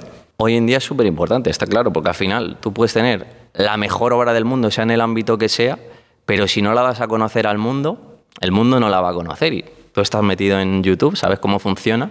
Tú puedes tener el mejor vídeo de YouTube del mundo, pero si no eres capaz de presentarlo con un buen marketing, con una miniatura atractiva, con un titular que enganche, que tenga intriga, el algoritmo no te va a recomendar ese vídeo, que tú puedes tener ahí un documental, algo que puede cambiar la historia de la humanidad, pero realmente tienes que ponerle una percha, el hacer que enganche a la gente, que conecte con ellos, y esa es precisamente la fuerza del marketing. De hecho, hablabas de Einstein, y estoy de acuerdo contigo en parte de lo que dices, pero es cierto que también hubo con él una ola de marketing en su día, porque era prácticamente, fíjate, y a lo mejor nos puede sonar hasta raro, pero era un rockstar. O sea, la gente veía a Einstein y hoy en día, fíjate que sí, le un tío conocemos. dando conferencias por ahí por el mundo. Efectivamente, pero la gente no entendía lo que ese señor con los pelos así quería decir. O sea, eso también es marketing. Decir, este señor se supone que ha desentrañado los misterios del universo, lo que no se conocía, y eso también crea un aura, al decir, ¿y cómo este señor lo ha conseguido? ¿Y qué quiere decir? Y no le entiendo, pero aunque no le entiendo, me interesa lo que diga porque está hablando de algo que... Tienes toda la razón. O sea, Einstein era un elemento de marketing también de la hostia. O sea, de hecho, hizo de una cuestión científica, física súper compleja, que no entendemos ninguno, hizo una cosa que todo el mundo habla. O sea, y todo el mundo lleva camisetas de Einstein con MC². Incluso giras que hacía Einstein, y de hecho estuvo como Rockstar, España, ¿no? como o sea, ACDC. Pero tal cual, o sea, que se congregaba un montón de gente, sí, o sea, una auténtica locura. De hecho, incluso le ofrecieron, pues ya imagínate, Einstein la leyenda, cuando empezó todo el Estado de Israel en su día, le ofrecieron ser el primer presidente de Israel, solo por eso, por esa aura que tenía, por Einstein, el genio, la leyenda, el hombre que ha cambiado la concepción que tenemos del universo. Y eso es verdad que hay una parte también de ese marketing, es decir, esa curiosidad que me puede despertar esta persona por algo que ha hecho que es tan espectacular, ¿no? ¿Tenemos algo que aprender nosotros los mortales de estas cuestiones de marketing de estos genios? O sea, quiero decir, ¿qué aplicamos nosotros en la vida común? Absolutamente todo. Y hablamos del ejemplo de algo a lo mejor tan común hoy en día, YouTube. ¿Quién no está en YouTube o quién no se pasa horas en YouTube escuchando podcast, viendo vídeos? YouTube también es puro marketing, tienes que presentar ese producto para que lo vea la gente, pero esto se aplica a cualquier cosa. Yo ahora he escrito un libro, el libro puede estar mejor o peor, pero si no haces una campaña de marketing, si no lo das a conocer al mundo, las historias que hay, pues ¿cuántos libros no habrá que son espectaculares y que no los lee nadie? Y al revés, ¿cuántos libros habrá que son una basura pero que tienen un gran marketing y son bestsellers? O sea, esto se aplica a cualquier cosa, en cualquier ámbito, incluso por llevarlo a algo más terrenal, más banal. El panadero de la esquina es más el boca a boca que el marketing, pero eso también es una especie de marketing. Oye, este hace los panes muy bien, merece la pena, eso se va creando esa corriente en el barrio. A veces es porque simplemente eres el que más cerca te pilla, pero siempre tiene que haber algo que diga, el marketing es hoy en día evidentemente fundamental y más de lo más mundano a lo más global, como puede ser hoy en día en Internet, en YouTube, con las redes y demás. Tienes que tener esas nociones de marketing para vender tu producto también. Son las grandes cosas, pero al final es el día a día. O sea, quiero decir, las mismas 24 horas tiene para mí el día que para Einstein. Y sin embargo, él hizo la teoría de la relatividad y yo relativizo todo. Es diferente. ¿Cómo haces para empezar a tener unas rutinas de genio creativo? Además, justo estás hablando de Einstein. Claro, Einstein en su día trabajaba en una oficina de patentes, 8 horas al día, 6 días a la semana, tenía una mujer, tenía un niño, y dices, claro, ¿de dónde has sacado el tiempo para ir poco a poco en tus ratos libres investigando en esa teoría de la relatividad? Yo creo que esto es aplicable, es decir, que también luego llevarlo a la tierra es complicado porque todos tenemos nuestras ocupaciones, nuestro trabajo, y luego atender la casa, la familia, nuestras cosas. Pero al final yo creo que también es una cuestión de actitud. Y ojo, yo soy el primero, muchas veces también caigo, pues eso, tienes un rato muerto, lo que hablábamos antes de no aburrirnos. Estás perdiendo el tiempo, no te has dado ni cuenta, ya llevas en TikTok o en Instagram o en lo que sea, llevas un buen rato. Pero si eres capaz de llevar esas buenas rutinas, esos hábitos, el decir, oye, y a ver, que está bien también, muchas veces, pues no hacer nada, desconectar, no es todo obsesión, no, producción, hay que hacer cosas. También viene bien al cerebro muchas veces el saber apagarlo, el desconectar. Pero si somos capaces de tener ese equilibrio entre relajarnos un poco, por el decir, bueno, el mismo ejemplo, yo trabajo en una cosa que nunca me llena, tengo mi horario de 8 a 5, estoy quemado, me gustaría, a lo mejor tengo ambiciones por hacer otra cosa, curiosidad. Si le puedes sacar un ratito cada día para ir poco a poco, realmente vas explorando, vas probando. Al principio eres muy malo, cada vez eres menos malo, vas aprendiendo. Ahí es cuando realmente se consiguen las cosas interesantes, sobre todo para tu vida.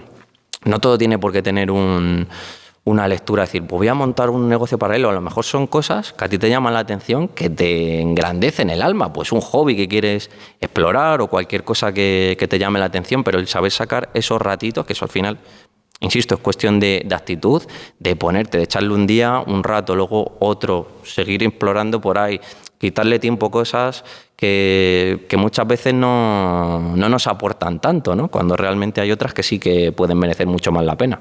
A mí me encanta traer al podcast gente que es así. O sea, quiere decir que se pone el mundo por montera y dice, joder, yo tengo un curro, mi curro, estoy bien, pero no me llena del todo porque no estoy alcanzando mi potencial y dicen, voy a construir un plan B. Voy a empezar a construir cositas, voy a poner cimientos de un castillo, que probablemente acabará siendo un castillo, pero que se parezcan más a lo que quiero ser. Y que, joder, tenemos una vida y tenemos casi la obligación moral en esta sociedad en la que vivimos como auténticos marajás, que seamos capaces de alcanzar nuestro potencial. Y por eso me gusta traer a gente que dice, no, yo era esto, pero le dieron por el saco. O sea, empecé a hacer cosas que de verdad conectaban conmigo. Y evidentemente pasé una travesía en el desierto, porque esto no es gratis. Pero hostia, hago lo que quiero. Y eso es mucho decir. Tú eres un poco así, ¿no? Sí, es cierto, y lo comentábamos antes, claro, al final uno va teniendo sus sueños, dice, oye, pues yo, como cualquier chaval, ¿qué quiero ser? Futbolista, ¿no? Pues oye, vamos para allá. Ya ves que no te da la técnica, la calidad. Dices, oye, ¿cuál puede ser el plan B? A mí siempre me ha encantado el mundo del periodismo deportivo. Es cierto que tampoco te ayuda muchas veces el entorno, lo que oyes por ahí, la propia carrera universitaria. El periodismo está muy mal, meteos a otra cosa. Esto hay muy poquitos que consiguen vivir de ello. Algo quizá con poca viabilidad, poco futuro, pero bueno. El caso es que vas poco a poco, paso a paso, día a día, lo consigues, te metes en el ámbito del periodismo deportivo. Yo conseguí llegar a Marca. Y es cierto que, claro, lo consigues y dices, pues al final no me llena tanto como yo había pensado. Y era mi puto sueño. Exacto. Y hay un punto en el que también lo disfrutas, pero también es esa cuestión de decir, oye, esto ha estado bien durante un tiempo, durante unos años, pero hay vida más allá, esa curiosidad de la que hablábamos. Yo me puedo tirar a lo mejor toda la vida, 20 años más, haciendo reportajes o viendo la alineación de todos los equipos o descubriendo historias. Sí, por poder puedo, pero que hay más allá, que otras cosas me estoy perdiendo. Vamos a intentar explorar qué hay, pues más allá de lo que al principio tú te habías propuesto. Y ahí precisamente surgió esa idea de escribir el libro. Además coincidió con el tema de la pandemia. También te hace un poco replantearte, esto es lo que voy a seguir haciendo toda mi vida, si no, hay cosas más allá. Te da tiempo, pues es un poco a parar, a reflexionar, estás en casa más tiempo metido. Y yo siempre es cierto que tenía esa curiosidad de investigar, de cómo venían estos grandes creativos, cómo eran cuando nadie les conocía, a qué problemas se enfrentaron, qué podemos aprender de ellos, cómo consiguieron trascender. Entonces, primero era una cosa personal, es decir, esto que a mí me interesa tanto y que creo que la gente no conoce muchas veces, el trasladarle esas historias. Y de ahí vino un poco, claro, ahora acabado esto, es lo siguiente, ¿qué viene ahora? Pues esa es la pregunta que tenemos que intentar resolver, ¿no? No, pero esto es un poco el juego nunca acabar, que es lo chulo. Es decir, tú has escrito el libro y dices, joder, ya he escrito el libro. ¿Y ahora qué? Pues eso, tendré que irme a un monasterio budista, a lo mejor, como estoy yo, para ver, porque estamos en ello. Que si tuvieras que elegir solamente un hábito de los 6 personajes, ¿con qué hábito te quedarías? Difícil, claro. Te voy a decir un hábito. ¡Uno! Te voy a decir uno, pero igual es muy genérico. Si quieres incluso que concretemos más, pero yo creo que el hábito es el de la investigación. Porque al final todos ellos lo que han sido grandísimos investigadores. Han investigado a quienes les precedían y no solo a eso, sino han investigado cosas de diferentes campos. Y también me gusta mucho un ejemplo, por llevarlo también a lo más terrenal. Hablamos de baloncesto, Michael Jordan. Posiblemente el jugador que más se ha parecido a Michael Jordan, Kobe Bryant, otro ejemplo espectacular, la mamba negra, la mentalidad que tenía, una auténtica locura. Él era un loco igual de la creatividad y de la curiosidad y estaba siempre intentando buscar la inspiración y nutrirse con historias. Y precisamente hablaba con él, con J.K. Rowling, le escribía correos porque decía, este libro de Harry Potter, ¿cómo lo has hecho? ¿Cómo ha llegado esa inspiración? O sea, permanentemente intentando aprender de cualquiera. Pues un día estaba viendo un documental de National Geographic y él Él tenía un tiro en suspensión también muy, muy célebre, se echaba para atrás, lanzaba canasta, pero tenía problemas con ese tiro, no lograba mantener bien el equilibrio, lo hacía mucho, pero bueno, como que tenía que refinarlo. Pues un día viendo un documental, está viendo a un guepardo cazar y se da cuenta que el guepardo, cuando está corriendo a esa velocidad tras la presa, utiliza su cola para que le dé equilibrio. Pues tiene que girar, tiene que hacer esos escorzos en muy poquito espacio y se le encendió una bombilla y dice, ¿y si yo utilizo esta cola en el caso del guepardo para hacer mi disparo? Claro, él no tenía cola, él lo que hacía es abrir su pierna para utilizarla como la cola del guepardo para que le equilibrara cuando estaba en el aire y poder hacer el lanzamiento. Y efectivamente le mejoró muchísimo el porcentaje de tiro. Y lo comentaba, dice, la inspiración nos rodea, o sea, de algo que aparentemente no tiene nada que ver, que es ver un documental con jugar al baloncesto, si yo aplico esto que está en la naturaleza a mi caso particular y me funciona, pues de eso se trata. Entonces, a eso voy sobre todo en el tema de investigación. Por un lado, investigar lo que están haciendo otros antes que tú en el campo que sea que tú quieres desarrollar, pero sobre todo también investigar en diferentes ámbitos, en conectar ideas, que eso es mucho lo que comentaba Steve Jobs. Él decía, claro, él se rodeaba de creativos para lanzar sus productos. Y comentaba que si le preguntas a la mayoría de los creativos, incluso él mismo como lo era, que cuando han descubierto una idea original, muchos se avergüenzan de decir de dónde viene, porque simplemente dicen que la han visto en algún sitio y lo han aplicado en lo que ellos están haciendo. Que hay una cosa que a mí me interesa mucho, que es el tema de la creatividad y el bloqueo. Es decir, porque normalmente mucha gente dice, joder, es que yo no tengo creatividad porque me bloqueo, no soy capaz de tener ideas y tal. Y con esta conexión con lo cotidiano, digamos, la gente que es creativa normalmente siempre te dice que la encuentra en lo más cotidiano del mundo. Lo que pasa es que la mirada que tienen de lo cotidiano es más curiosa. No es que no haya ideas. Hay un copywriter que se llama Isra Bravo, que es muy conocido. ¿Lo conoces? Que tiene como una metodología como para no tener ese bloqueo, ¿no? Y te dice, joder, hazte una lista de cosas súper cotidianas. Dice, escribe un mail al día, ¿lo conoces bien? Y dice, yo saco las ideas de, pues eso, de una conversación en un bar o tal, y me las apunto. Y me apunto la idea simplemente. Después ya la desarrollaré. Pero no puedes tener bloqueo cuando miras de forma curiosa lo cotidiano. Esta gente mira de forma curiosa lo cotidiano. Eso es. De hecho, Irra, que efectivamente, como bien dice, yo le sigo. De hecho, estoy suscrito a su famosa newsletter. ¿Quién no? Eso es. Y claro, al final, él utiliza ese recurso que también es puro marketing, evidentemente. Él se dedica a eso, el contarte historias cotidianas para venderte algo al final, porque evidentemente siempre está el enlace o a su curso, o a su libro, muy bien hecho, las cosas como son, y con un lenguaje muy original, pues de copywriter, muy directo, con esa forma de escribir. Y claro, es súper interesante. De hecho, también hablaba Isra de apuntar, de escribir. Einstein también, su truco era ese, decir, oye, me puede venir una idea, a lo mejor incluso en medio de la noche, que hasta me despierto, lo he soñado, o tocando el violín, o leyendo esta teoría de Planck de otro físico, y él siempre iba con su cuaderno para apuntarlas, porque efectivamente eso se pierde. Lo mismo que hablábamos de J.K. Rowling, si cuando llegó a su casa no se hubo ya por fin cogido un papel y bolígrafo y apuntase todo ese desarrollo que tenía de la historia, eso al final se pierde. Hoy en día yo también un truco que uso mucho, notas de voz, de WhatsApp, te haces un grupo contigo mismo, te mandas a ti el mensaje. Claro, yo para escribir este libro, típica idea, yo soy muy nocturno, que te viene a las 3 de la mañana, cuando ya estás tranquilo, cuando digamos que fluye el duende, ¿no?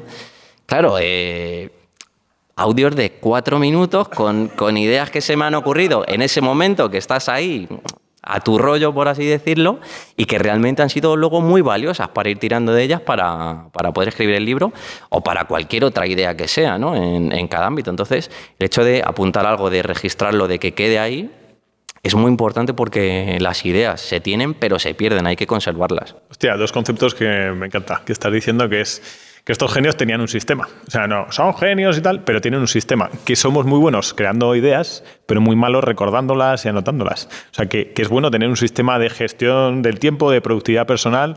Es decir, hay un tipo que se llama Jaime Bacás, que es especialista en gestión del tiempo, muy bueno, que dice que somos muy buenos precisamente en crear ideas, pero muy malos recordando, y que tenemos que vaciar el disco duro automáticamente y tenemos que tener un sistema de vaciado de disco duro, pero si no nos puede pasar eso que pasa a veces de decir, hostia, tuve una idea cojonuda ayer y no me acuerdo. La mejor idea que había tenido.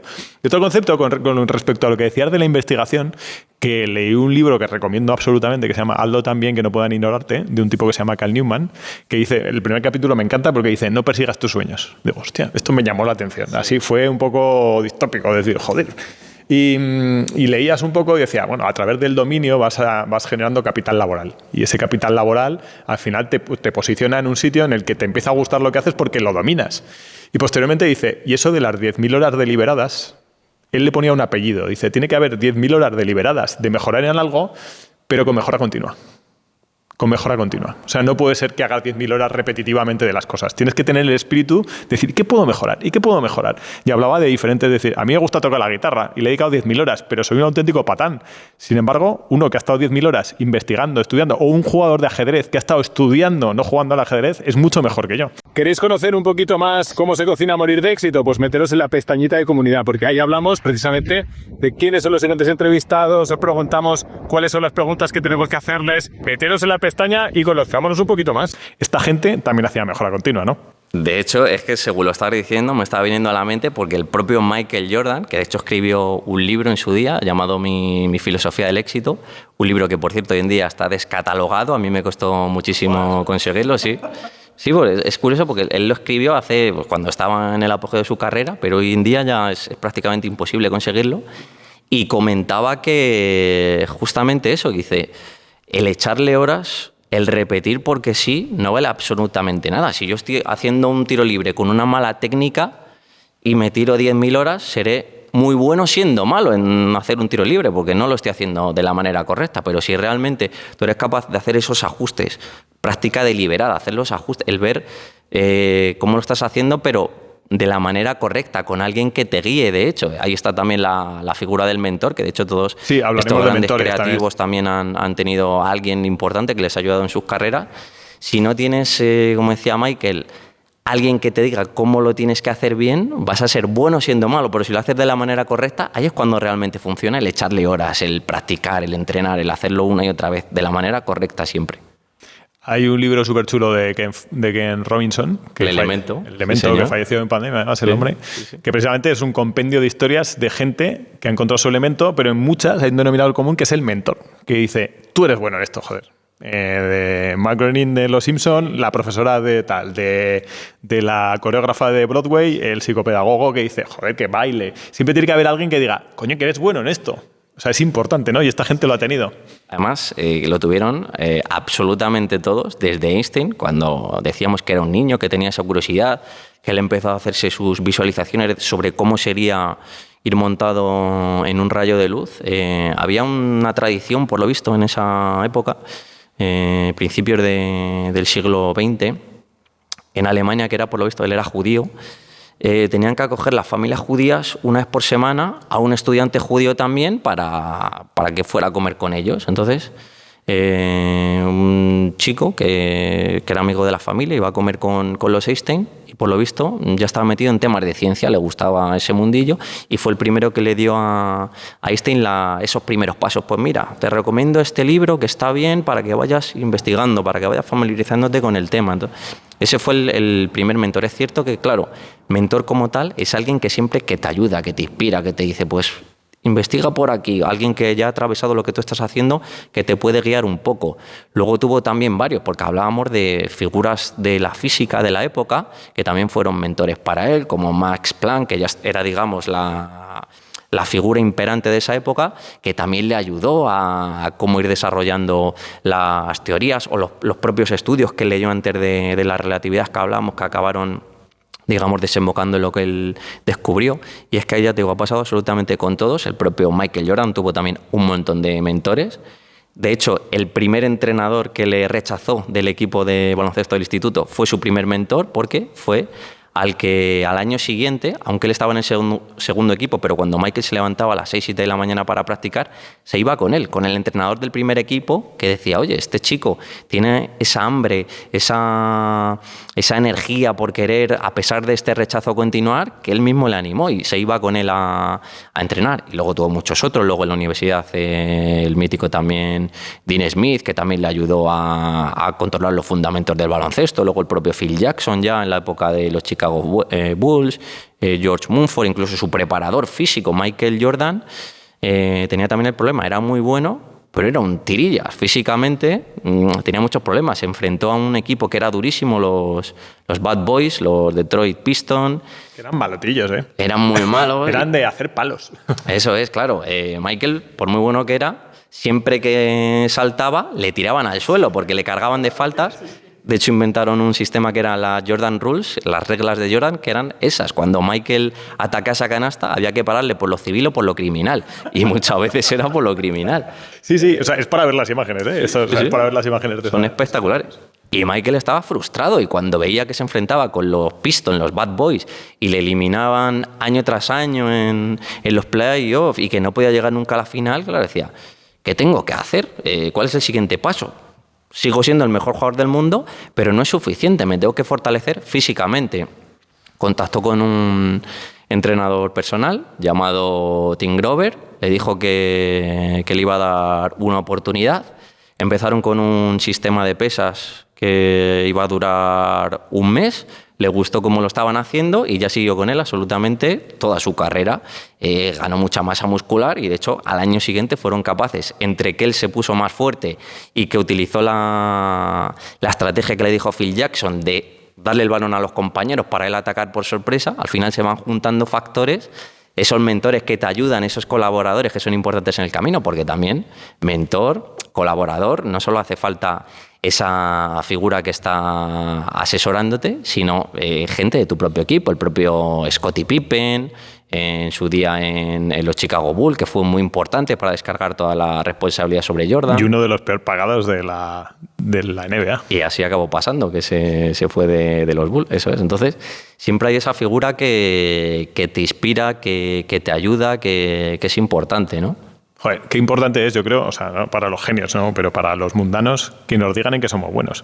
Y normalmente nos regalamos eso a la gente. O sea, no solemos decir, de hecho, lo miramos casi con envidia, decir, hostia, no se lo digo, no voy a ser que me gane. Sino decir, hostia, ¿has visto qué bueno eres en esto? Sí. Y destapas esa creencia limitante que tiene esa persona acerca de eso, que los genios al final es un contexto, o sea, es un equipo y es que están en un contexto adecuado. Y yo creo que a ellos les pasa también, ¿no? Que son genios porque están en un contexto. Sí, de hecho, y también hablábamos de alguien que te anime o que te diga qué bueno eres, y por poner precisamente siempre, por desmitificar, por ir al caso contrario, Van Gogh, le decían todo lo contrario, que sus cuadros no valían nada. Su propio hermano, que era su marchante, su gran colaborador, era Theo Van Gogh, le decía eso, dice, tus cuadros no los vamos a vender nunca. Y amigo, fíjate, hermano. Exactamente.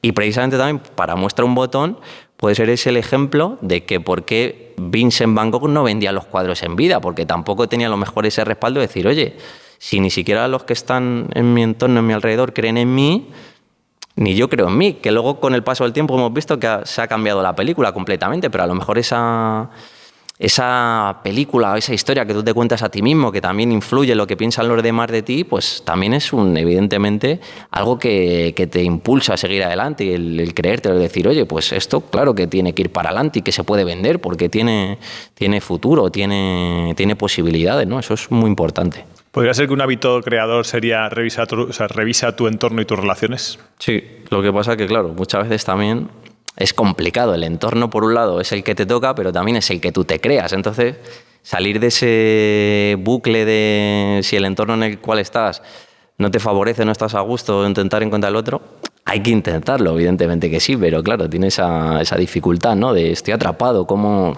Típica relación tóxica, ¿cómo salgo de aquí? ¿Cómo puedo conseguir algo que me sume en vez de que me esté aportando cosas negativas?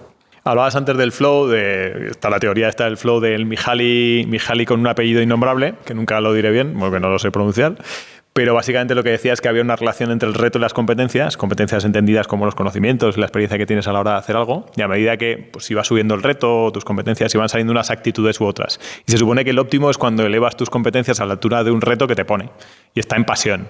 Claro, hablemos de pasión y de motivación, que hablábamos antes, es decir, yo creo que la pasión y la motivación, puede ser esto un poco, yo creo que están sobrevaloradas porque son instantáneas, o sea, son momentos fugaces como la felicidad. Sin embargo, la vida de esta gente, la gasolina diaria de esta gente eran sus hábitos. ¿Qué rutinas diarias te llamaron la atención cuando investigaste a esta peña? Es decir, ¿cuáles son las rutinas diarias de decir, hostia, qué cabrones? Yo fíjate, haría un matiz en el sentido de que la pasión esté sobrevalorada, porque yo creo que sí que es importante en un primer momento, precisamente para ver qué es lo que te mueve, eso es encontrar tu pasión, ¿es cierto? Porque al final algo que te encanta no te va a encantar siempre, incluso aunque lo que más te encante en el mundo te va a acabar quemando, pero como ese hilo por el que empezar a tirar, creo que sí que es importante la pasión, pero luego efectivamente, como bien dices, es cuando entra esa fuerza de los hábitos, del día a día, de la rutina. Entonces, evidentemente es importante el poder crear para mí tu propia rutina, porque lo que me sirve a mí no te va a servir a ti, ni a fulanito, ni a menganito. Es importante, al final, el ensayo y error, el ver qué funciona, el decir, pues, cómo podemos ir optimizando esta situación. Entonces, yo creo que lo más importante ahí es el saber, sobre todo, escucharte a ti mismo. Y hablábamos también antes de la búsqueda, del eterno buscador, de qué me puede gustar, qué me impulsa, el propósito que puedo hacer en la vida. Eso está también muy hilado con cuál es realmente tu rutina, los hábitos que a ti te funcionan bien, porque está también el caso de la persona que le gusta madrugar mucho para trabajar por la mañana, levantarse a las 5 a hacer burpees, ya sabes, en fin... Lo que está hay muy 3 de o moda. 4 libros que habría que quemarlos, ¿eh? Exactamente. Levantarse a las 5 de la mañana. Exactamente. Pero luego está también, para mí uno de los mayores igual creativos que hay en la historia de la música, Quincy Jones, era el mítico productor de Michael Jackson. Él decía, yo empiezo a trabajar a las 12 de la noche. Y llevo todo el día despierto, pero ¿qué pasa a las 12 de la noche? Ocurre algo mágico, porque no suena el teléfono, no hay fax en su época, nadie te molesta. Es cuando realmente estás tranquilo, cuando viene la inspiración, cuando puedes ponerte a pensar con claridad. Estás a lo tuyo, estás a tu rollo. Y realmente, claro, aquí le hacemos caso al que hay que madrugar y empezar a meditar desde primera hora y luego meterte una ducha de agua fría y luego ir al gimnasio, o al que dice no, empieza a las 12 cuando estés tranquilo. Es cuestión de que cada uno vaya probando para encontrar lo que le funciona. Entonces, al final la clave es esa, probar mucho, descartar lo que no va contigo y quedarte con esas cosas que sí, intentar mezclarlo otra vez todo en la costelera para aplicarlo a lo que tú estás haciendo, porque también el contexto... ¿Qué hábitos quiero? Estoy trabajando, voy a la oficina por la mañana, luego quiero tener la tarde para desarrollar mis cosas, quiero también hacer mi deporte. Es intentar ir ajustando a base de probar todo lo que puedas y des con la tecla. Que tú tienes unos hábitos, unas rutinas diarias. ¿Te gusta probar un poquito eso? Sí, a mí sí me gusta, ¿verdad? Ciertamente tengo la suerte de ser autónomo. Yo no tengo ahora mismo un horario de decir, pues tengo que ir a la oficina a tal hora, luego me encargo de intentar sacar un poquito de tiempo libre. Entonces, eso sí que te da cierta tranquilidad. Yo soy muy, como decía Quincy Jones, más de estar por la noche tranquilo.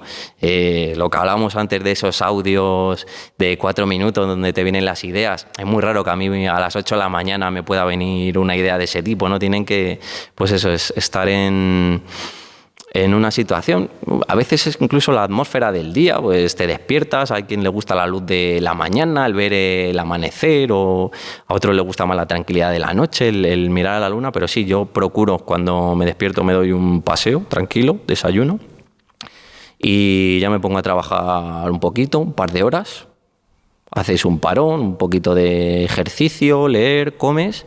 Y luego por la tarde trabajas otro poco y siempre eso, intentar equilibrar entre la producción, porque al final tienes que comer de algo, tienes que vivir, tienes que desarrollar tus cosas, pero combinar producción con investigación, con seguir aprendiendo cosas, con el hecho de no estancarte, de decir, ahora quiero implementar algo, esta persona sabe hacerlo, vamos a ver cómo lo ha hecho, vamos a tirar de ese hilo, vamos a investigar cómo lo hace. Es difícil muchas veces equilibrarlo, y nos pasa a todos, y volvemos a lo mismo hoy en día, que parece que no sabemos estar quietos, que si tienes a lo mejor 5 minutos libres, pues te tienes que poner un vídeo incluso para que te haga compañía, pero el saber encontrar que son diferentes fases de la vida, ¿no? Pero el tener ese tiempo para estar, no sé si decir en silencio, pero sí contigo mismo, que es cuando realmente te vienen las ideas, cuando no estás abrumado por impulsos externos de algo que nos ponemos generalmente, ahí es cuando suelen surgir las ideas y es cuando yo por lo menos sí que he visto que he tenido épocas mucho más creativas. Hay ahora una obsesión, que yo creo que es palpable, por la productividad personal, por hacer un montón de cosas. Y trabajando con las empresas, muchas veces hacemos ejercicios para entender un poco quién tiene el control, digamos, del día a día. En el sentido que muchas veces vemos que sacamos todas las tareas que tenemos que hacer durante el día y no las han puesto pues nuestros compañeros o nuestros jefes, nuestros clientes, nuestros proveedores. Pero si analizas qué tareas te has puesto tú de forma proactiva, por ese trabajo que decías de Quincy Jones, es decir, a las 12 de la noche empiezo a hacer el trabajo para mí. Eso es. Es el trabajo para mí, el trabajo importante. Es decir, que tenemos que tener la capacidad, o estos genios tenían la capacidad de saber qué cosas tenían que hacer que les hacían avanzar. Y no las tareas que les ponía el día a día, las tareas que les ponían los demás. Es decir, ser capaz de parar un momento y decir, ¿esto quién me lo ha puesto? ¿Quién está tomando el control de las tareas de mi día a día? Es decir, de mis hábitos, de mis rutinas. ¿Estoy siendo yo y estoy avanzando o está siendo el de enfrente? Es decir, que está bien, si quieres tener un compromiso con los demás, y está bien, es importante también. Pero parar un momento y saber quién tiene el control es importante, y esta gente yo creo que lo hacía, ¿no? Totalmente. De hecho, estoy pensando también en el caso de Einstein. Hablábamos que tuvo muchísimos problemas para encontrar trabajo. Él hizo su carrera en el Politécnico de Zúrich, y cuando la acabó, normalmente a todos los que acababan esa carrera les ofrecían puestos como profesores ayudantes para empezar, digamos. Él tenía tan mala relación con sus profesores, de hecho le llamaban perro holgazán, que no valía para nada, que se dedicase a otra cosa, que en la ciencia no tenía futuro, por lo de siempre, ¿no? Que estos iluminados suelen decir a los que realmente trascienden. Claro, fue el único de su promoción que no le ofrecieron ningún trabajo. Entonces él estuvo desesperado intentando buscar trabajo de cualquier cosa, aunque fuese dando clases particulares a algún amigo para intentar salir adelante. Pero lo tuvo muy mal durante bastantes años. De hecho, lo que hablamos, que estuvo a punto de dejar la ciencia, meterse a agentes de seguros porque parecía que nadie le daba una oportunidad. Tuvo la gran suerte de que hubo un amigo suyo que sí que confió en él desde el principio. También estuvieron estudiando juntos en su día y dice, Einstein algún día va a ser alguien. Era el único que creía en él, pero bueno, por lo menos tenía alguien. Mientras que los demás se reían de él, decían que era despistado, patoso, etcétera, etcétera. Por lo menos sí que hubo alguien con el que hizo una amistad verdadera y confió en él. Pues con el paso del tiempo, este amigo le acabó consiguiendo un puesto de trabajo a Einstein en la famosa oficina de patentes. Y Einstein, claro, por un lado dice, bien, voy a poder vivir por lo menos, tener un trabajo digno, en mis ratos libres desarrollar mi pasión por la ciencia, mis investigaciones por la física, etcétera, etcétera. Pero claro, precisamente el trabajar en patentes también le ayudó mucho, porque ahí iban los mejores inventos, iba la creatividad pura. Él pudo aprender, pues sobre todo también aplicado a su ámbito, había muchas patentes para sincronizar relojes, de cómo puede funcionar el tiempo, de ese tipo de circunstancias que luego aplicó para lo que él quería utilizar. Entonces, claro, en el sentido de que si tú estás en un trabajo, muchas veces somos miserables en el trabajo porque hacemos cosas que ni van con nosotros, pero que tenemos que cumplir y estar ahí. Pero es cierto que hay que intentar hacer, no siempre se puede, pero esa cuestión de decir, oye, ¿yo qué puedo aprender de esto que estoy haciendo? Te pongo mi caso práctico. Yo en el periodismo, y muchos años y muy bien, pero bueno, llega un punto que dices, oye, quiero hacer algo más. Pero también en la última fase de cuando estaba en el mundo del periodismo, hacía más marketing que periodismo. Y es algo que me ha venido muy bien, que me ha servido para aprender muchas cosas que hoy en día estoy aplicando, que a lo mejor no era en su día lo que más me llamaba, pero que ha sido también otro hilo por el que ir tirando y que hoy pues me está viniendo espectacular. Entonces, si se puede combinar eso que estás haciendo, que te está dando dinero, que puedes sacar algún aprendizaje, genial. Si no, pues evidentemente, claro, lo bonito es decir, pues no, cambia de trabajo, pero oye, hay que pagar facturas, hipoteca, mantener la vida que llevas al final. Si puedes ir poquito a poco intentando abrirte otra vía, para mí esa es la clave, ¿no? Yo siempre digo, tienes un trabajo, tienes un cliente. Suerte. Tú tendrás una empresa con un cliente, ¿verdad que no? Pues ten un plan B. Efectivamente. Sí, yo creo que hay que tener un plan B. Me parece súper interesante la idea de que ellos van conectando, porque me venía lo de Einstein, trabajó en la empresa de patentes y después eso le sirvió para tal, pero a Steve Jobs le pasó con el curso de caligrafía y quiero decir, que todos conectaban puntos, todos vivieron varias vidas y no las tiraron a la basura, sino que conectaron los puntos en el futuro. Es decir, para que te vaya bien, parece que hay que vivir varias vidas. Sí. De hecho, también ahora que hablas del caso de Steve Jobs, él, el germen de fundar Apple, vino también, entre comillas, bueno, claro, hablamos de casualidad. ¿Qué es la casualidad? La típica frase, la suerte. ¿Qué es la suerte? La suerte hay que buscarla. La buena suerte, ¿no? Efectivamente, él, como hemos visto antes, era muy inquieto, siempre se movía, estaba intentando hacer cosas, hizo amistad con un chico del barrio, se llamaba también mítico Steve Wozniak, el que era su gran socio de Apple. Hicieron muy buenas amigas porque a los dos les gustaba la electrónica y Jobs era el genio del marketing y él era Steve Wozniak, el genio técnico, efectivamente. Un día estaba leyendo una revista, Esquire, y dieron con algo muy interesante, que es que había una especie de hacker. No era el término hacker, porque hoy hacker lo asociamos a alguien que controla sobre todo mucho de ordenadores, era un pirata que estaba, digamos, hackeando la línea telefónica de la compañía. Entonces, en ese artículo de investigación se explicaba que, a través de los métodos que utilizaba este señor, el Capitán Crunch, le llamaban, eran capaces de conseguir llamadas gratis a cualquier parte del mundo. Gus llamó a Steve, oye, mira lo que acabo de leer, esto es impresionante, esto es una revolución. Se juntaron los dos, fueron a la biblioteca porque para hacer eso era un sistema de tonos de llamada, según los tonos que fuesen luego por los repetidores de la línea telefónica, digamos que gracias a eso podían burlar un sistema que valía cientos, miles de millones, que era el de la red telefónica, de manera gratis, solo con un manual que estaba a disposición de cualquiera en una biblioteca pública, claro. ¿Cuántas personas leerían ese artículo y se quedarían ahí diciendo, qué artículo más interesante, qué bien, qué guay? Pero no, ellos dos se fueron a la biblioteca, cogieron el manual y desarrollaron su propio sistema, que se llamaban las cajas azules, para burlar a esa red telefónica y conseguir llamar a cualquier parte del mundo. De hecho, eran todavía adolescentes cuando estaban en ese tema. Lo hacían para gastar bromas, llegaron incluso a hablar con el Vaticano, se hicieron pasar por Henry Kissinger, que era Lo típico. Exactamente, el secretario de Estado, si no me equivoco, de Estados Unidos de la época, y por lo visto estuvieron a punto de ponerle con el Papa porque coló. Lo que pasa es que ya se empezaron a reír y les descubrieron. Pero dijeron, claro, o sea, si nosotros, que somos dos chavales, hemos conseguido esto, eso te da también mucha confianza para decir, oye, pues a lo mejor podemos conseguir cosas importantes en el futuro. Y de hecho esa fue la primera empresa que montaron porque se dedicaron a vender ese sistema de cajas azules a gente de la universidad. Pues primero empezaron con amigos, pero bueno, fueron haciendo como un pequeño capital. Es cierto que luego tuvieron un problema porque uno de los clientes fue con una pistola, les intentó atracar y demás, vieron que eso era muy peligroso, que les podían acabar también denunciando luego por parte de la compañía de teléfonos y demás. Pero es cierto que ese fue el primer germen de decir, oye, podemos crear algo valioso con un valor potencial de cientos de millones de dólares que luego con el tiempo acabaría desembocando en Apple, ¿no? Pero son ejemplos muy interesantes de decir, oye, yo me quedo con eso, con una información, que al final es de lo que se trata, ¿no? De conseguir información y aplicarla. Algo que es público, que está en la biblioteca, que puede ir cualquiera, pero que nadie va.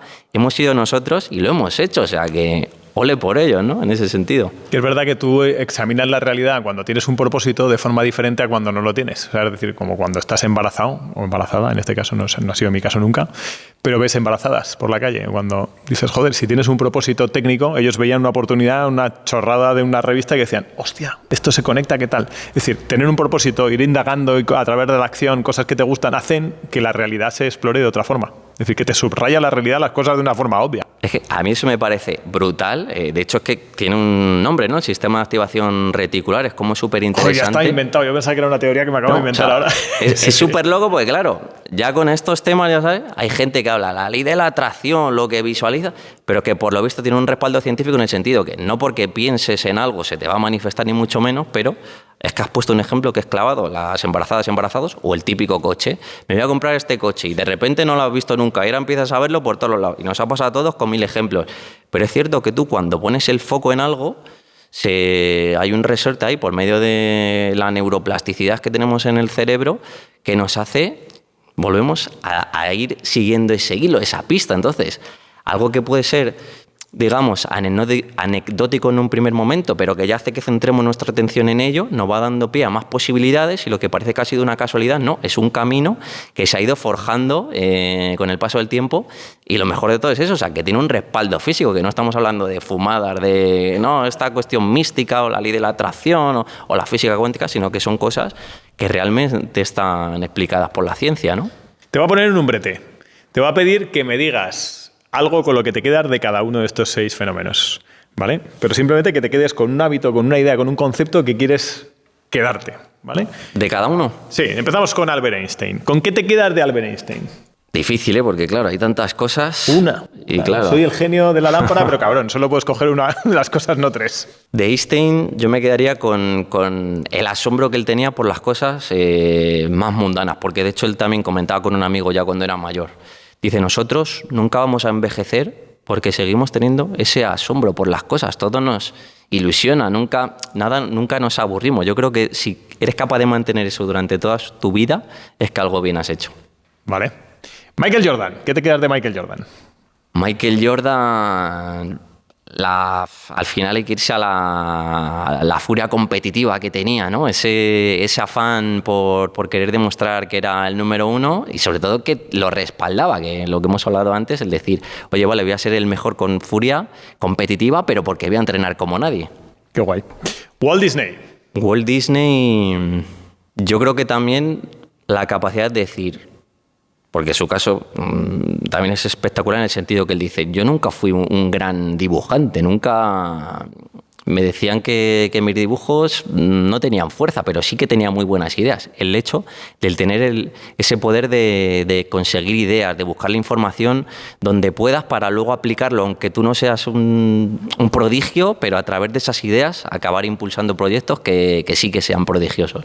Vale, vamos con Van Gogh. Con Van Gogh sobre todo lo que hablábamos, de decir, oye, alguien que no es ningún virtuoso, pero que a pesar de ello tenían tanto espíritu, tanto alma, tanto fuego, las cosas que él hacía, que acabó inventándose un lenguaje de, sin ser ningún genio, ningún virtuoso, ningún maestro de la pintura, llegar a conectar con millones de personas con algo tan original. Vale. J.K. Rowling.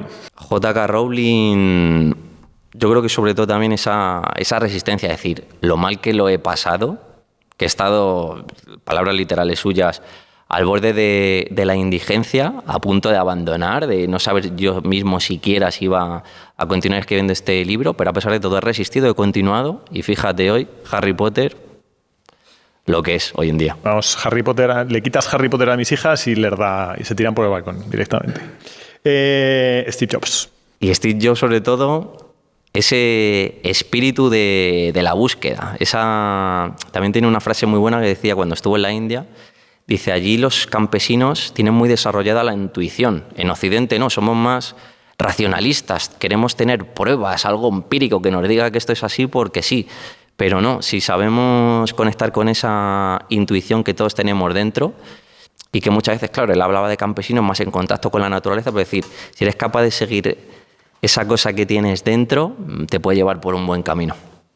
En resumen, si tenemos la capacidad de asombrarnos por las cosas mundanas de Albert Einstein, si tenemos la furia competitiva de Michael Jordan, si tenemos el poder de tener ideas aplicadas a proyectos de Walt Disney, si tenemos el espíritu y el fuego interior de su obra, de Van Gogh, si además tenemos la resistencia ante los obstáculos de J.K. Rowling y si además tenemos la capacidad de conectar con la intuición de Steve Jobs, que se nos ponga por delante lo que sea, porque está hecho ya. Vale. Oye, me encanta conocer, que nos has comentado un poco, pero me encanta conocer a la gente que viene aquí, porque al final tenéis todos hábitos creadores y todos habéis hecho, lo que decíamos, una fuerza por cambiar de vida, por vivir varias vidas y demás. Siempre hago una cosa que se llama la línea de la vida y pongo 2 smiles y 2 puntos rojos para conocer un poco más al personaje que tenemos delante. ¿Qué 2 momentos jodidillos has tenido en la vida y qué 2 momentos de clímax, de smile has tenido? Coméntanos. Pues jodidillos al final, sobre todo cuando te llega ese punto de inflexión, lo que hablábamos antes, de decir, oye, he conseguido mi sueño, me he conseguido ganar un puesto en el periodismo deportivo y luego resulta que no es lo que yo quería. Claro, ahí te entran muchas dudas porque dices, ¿qué voy a hacer ahora? Y todo lo que yo había pensado hasta entonces, todo lo que me había costado llegar hasta aquí, ¿ahora qué? O sea, el plantearte esas dudas y decir, ¿qué es lo siguiente? Eso ciertamente, claro, también precisamente todo el hecho de investigar con esta gente va un poco hilado por ahí, por decir, todas las dudas que también han tenido, ¿cómo pudieron sobreponerse a ellas? Entonces, Ese sería uno, y fíjate, el segundo, vamos a poner que es ahora también por lo que hablábamos, por decir, vale, volvemos a lo mismo. Siguiente proyecto, siguiente punto muerto, ¿ahora qué? O sea... Sí, pero esto no es un empezar de cero, sino que es un escalón. Sí. Es un escalón, te has pasado una pantalla del videojuego. Sí, pero... Ahora viene otro monstruo más jodido. Pero sigue habiendo un vacío de decir, ¿y ahora qué es lo que va a pasar? ¿No? O sea, esas dudas que realmente son necesarias, pero también hay que atravesarlas... ¿A ti te pone la incertidumbre? Realmente no. O sea, es cierto que por una parte hablamos siempre de buscar, de explorar. Por esa parte sí, pero claro, la incertidumbre como tal es jodida. O sea, el no saber, no tener un mapa que te pueda servir como referencia, que pueda haberlo, pero decir, ese salto al vacío es jodido atravesarlo, ¿no? Por lo menos para mí, sinceramente. Hay Carlos Suárez, lo entrevistamos hace un año y poco, y falleció hace meses. Y se dedicaba a hacer saltos bases. O sea, se subía a una montaña sin cuerdas y se tiraba. Y se tiraba con un paracaídas. Y el tío, desgraciadamente, falleció en un salto en paracaídas que había hecho 1000 veces desde un avión y falleció. Y decía, lo que más me mola de la aventura es el romanticismo de no saber lo que hay al otro lado de la montaña. Qué buena. Ojo, recordatorio, todos los domingos a las 4 de la tarde tenemos una nueva entrevista de Morir de Éxito, con historias sorprendentes del éxito, con gente que ha encontrado su propósito a través de planes de acción y medidas reales. Nada de cuentos, no te lo pierdas. La incertidumbre es flipante. Qué bueno. Y es un poco, yo creo que también, el rollo de los hábitos creadores de esta gente es, hostia, cómo me mola no saber lo que hay detrás. Que también es lo que te digo, o sea... Hay que tener valor y la incertidumbre siempre puede dar miedo, pero es cierto, también típica frase de Will Smith, ¿no? La felicidad está al otro lado del miedo, ¿no? También esa famosa anécdota que cuenta cuando va a hacer un salto en paracaídas, que tenía muchísimo miedo la noche anterior, que no pudo ni dormir y que realmente una vez que se tiró fue la experiencia más impresionante de su vida, ¿no? Claro, hay que atreverse a dar ese paso. Hay una frase que no sé quién es, pero me mola, que es el propósito está detrás de la siguiente acción. Es decir, siempre, y mi propósito es decir, ponte a hacer algo. Déjate de hostias. Eso es. Experimenta y al final con algo vas a dar, eso está claro. Y eso es lo que, consejo vendo para mí no tengo, eso es lo que hay que aplicarse muchas veces para nosotros mismos, ¿no? ¿Qué más cosas? ¿Qué más smiles y qué más puntos rojos? Smile, sobre todo. A mí lo que me encanta es eso, el proceso de investigar, de aprender, de contar historias. Al final, claro, sí que hay un patrón común, hablamos de eso, del periodismo, ahora del libro. Si te paras a pensar, a analizar, claro, está esa cuestión de querer contar historias, querer descubrir cosas que a lo mejor no son muy conocidas para el gran público, comunicarlas, que la gente lo sepa porque quizá puedan inspirar a alguien que le puede venir bien. Al final todo también parte de algo muy personal, de decir, oye, yo primero, más que para inspirar a nadie, porque lo quiero aprender yo para mí, porque me interesa. Y si luego a partir de ahí también puede servirle a alguien, pues eso es a mí lo que más me gusta, sin ninguna duda. Que a toda la gente le pido que traiga un objeto con el que se siente identificado, que signifique algo para él. ¿Tú qué has traído? Pues mira, te he traído un libro que puede estar muy interesante, Hábitos Creadores, donde se cuentan con más detalle todas estas historias. Y ya te digo, o sea, yo creo que hablábamos antes, tampoco es por hacer vanagloria ni mucho menos, pero vamos al instituto, nos cuentan historias que son aburridas, salimos desmotivados. Yo creo que a lo mejor si nos contasen historias de gente que ha hecho cosas interesantes, que nos motivasen, que nos ayuden a lo mejor a tirar por un camino, o por lo menos es el objetivo que yo también muchas veces me pongo, el saber cómo conseguir información de algo que nos interesa. Yo creo que es importante para ver que muchas veces estamos limitados con lo que nos han dicho que es la vida o que se puede hacer, pero que hay mucha vida más allá y cosas que nos pueden hacer trascender y que es importante conocer esas historias. Qué bueno. Aquí damos un consejo al siguiente entrevistado y por lo tanto te toca un consejo del anterior entrevistado, que fue Rodri Castillejos, que te da un consejo que a mí me parece que está muy bien, que es: si te caes, cáete para adelante y levántate. ¿Qué te parece? Si te caes, cáete para adelante, pero levántate. Muy bueno, porque al final es que tenemos aquí 6 ejemplos concretos, ¿no? ¿Quién no se ha caído en su vida? ¿Quién no se va a seguir cayendo? Las que nos quedan por delante. Pero al final, efectivamente, todo se trata de eso. Es verdad que, claro, también tiene la cuestión de las caídas, te van haciendo heridas, le puedes coger miedo, pero oye, al final tienes que continuar para adelante, ¿no? Sin ninguna duda. ¿Qué consejo le dirías al siguiente entrevistado de Morir de Éxito que no conoces? Buena pregunta, claro. ¿Qué consejo así de gratis? Porque al final, claro, el dar un consejo... Lo hago para que no le veáis la cara, así da menos palo. Porque puede ser filósofo catedrático de tal y dices, joder, qué palo me da. Pero como no lo sabes, digo, dale caña. Eso, yo al final le diría una de mis frases favoritas, antes también hemos hablado un poco de ella. La suerte hay que buscarla, la suerte tienes que ir a por ella, busca tu propia suerte y sobre todo crea tu propia suerte. Averigua la manera de hacerlo y vete por ello. Se lo daremos puntualmente al siguiente o a la siguiente. Esto se llama Morir de Éxito. Y siempre les pido a todos los invitados que me den una definición de éxito. ¿Qué es el éxito para ti, Cristian?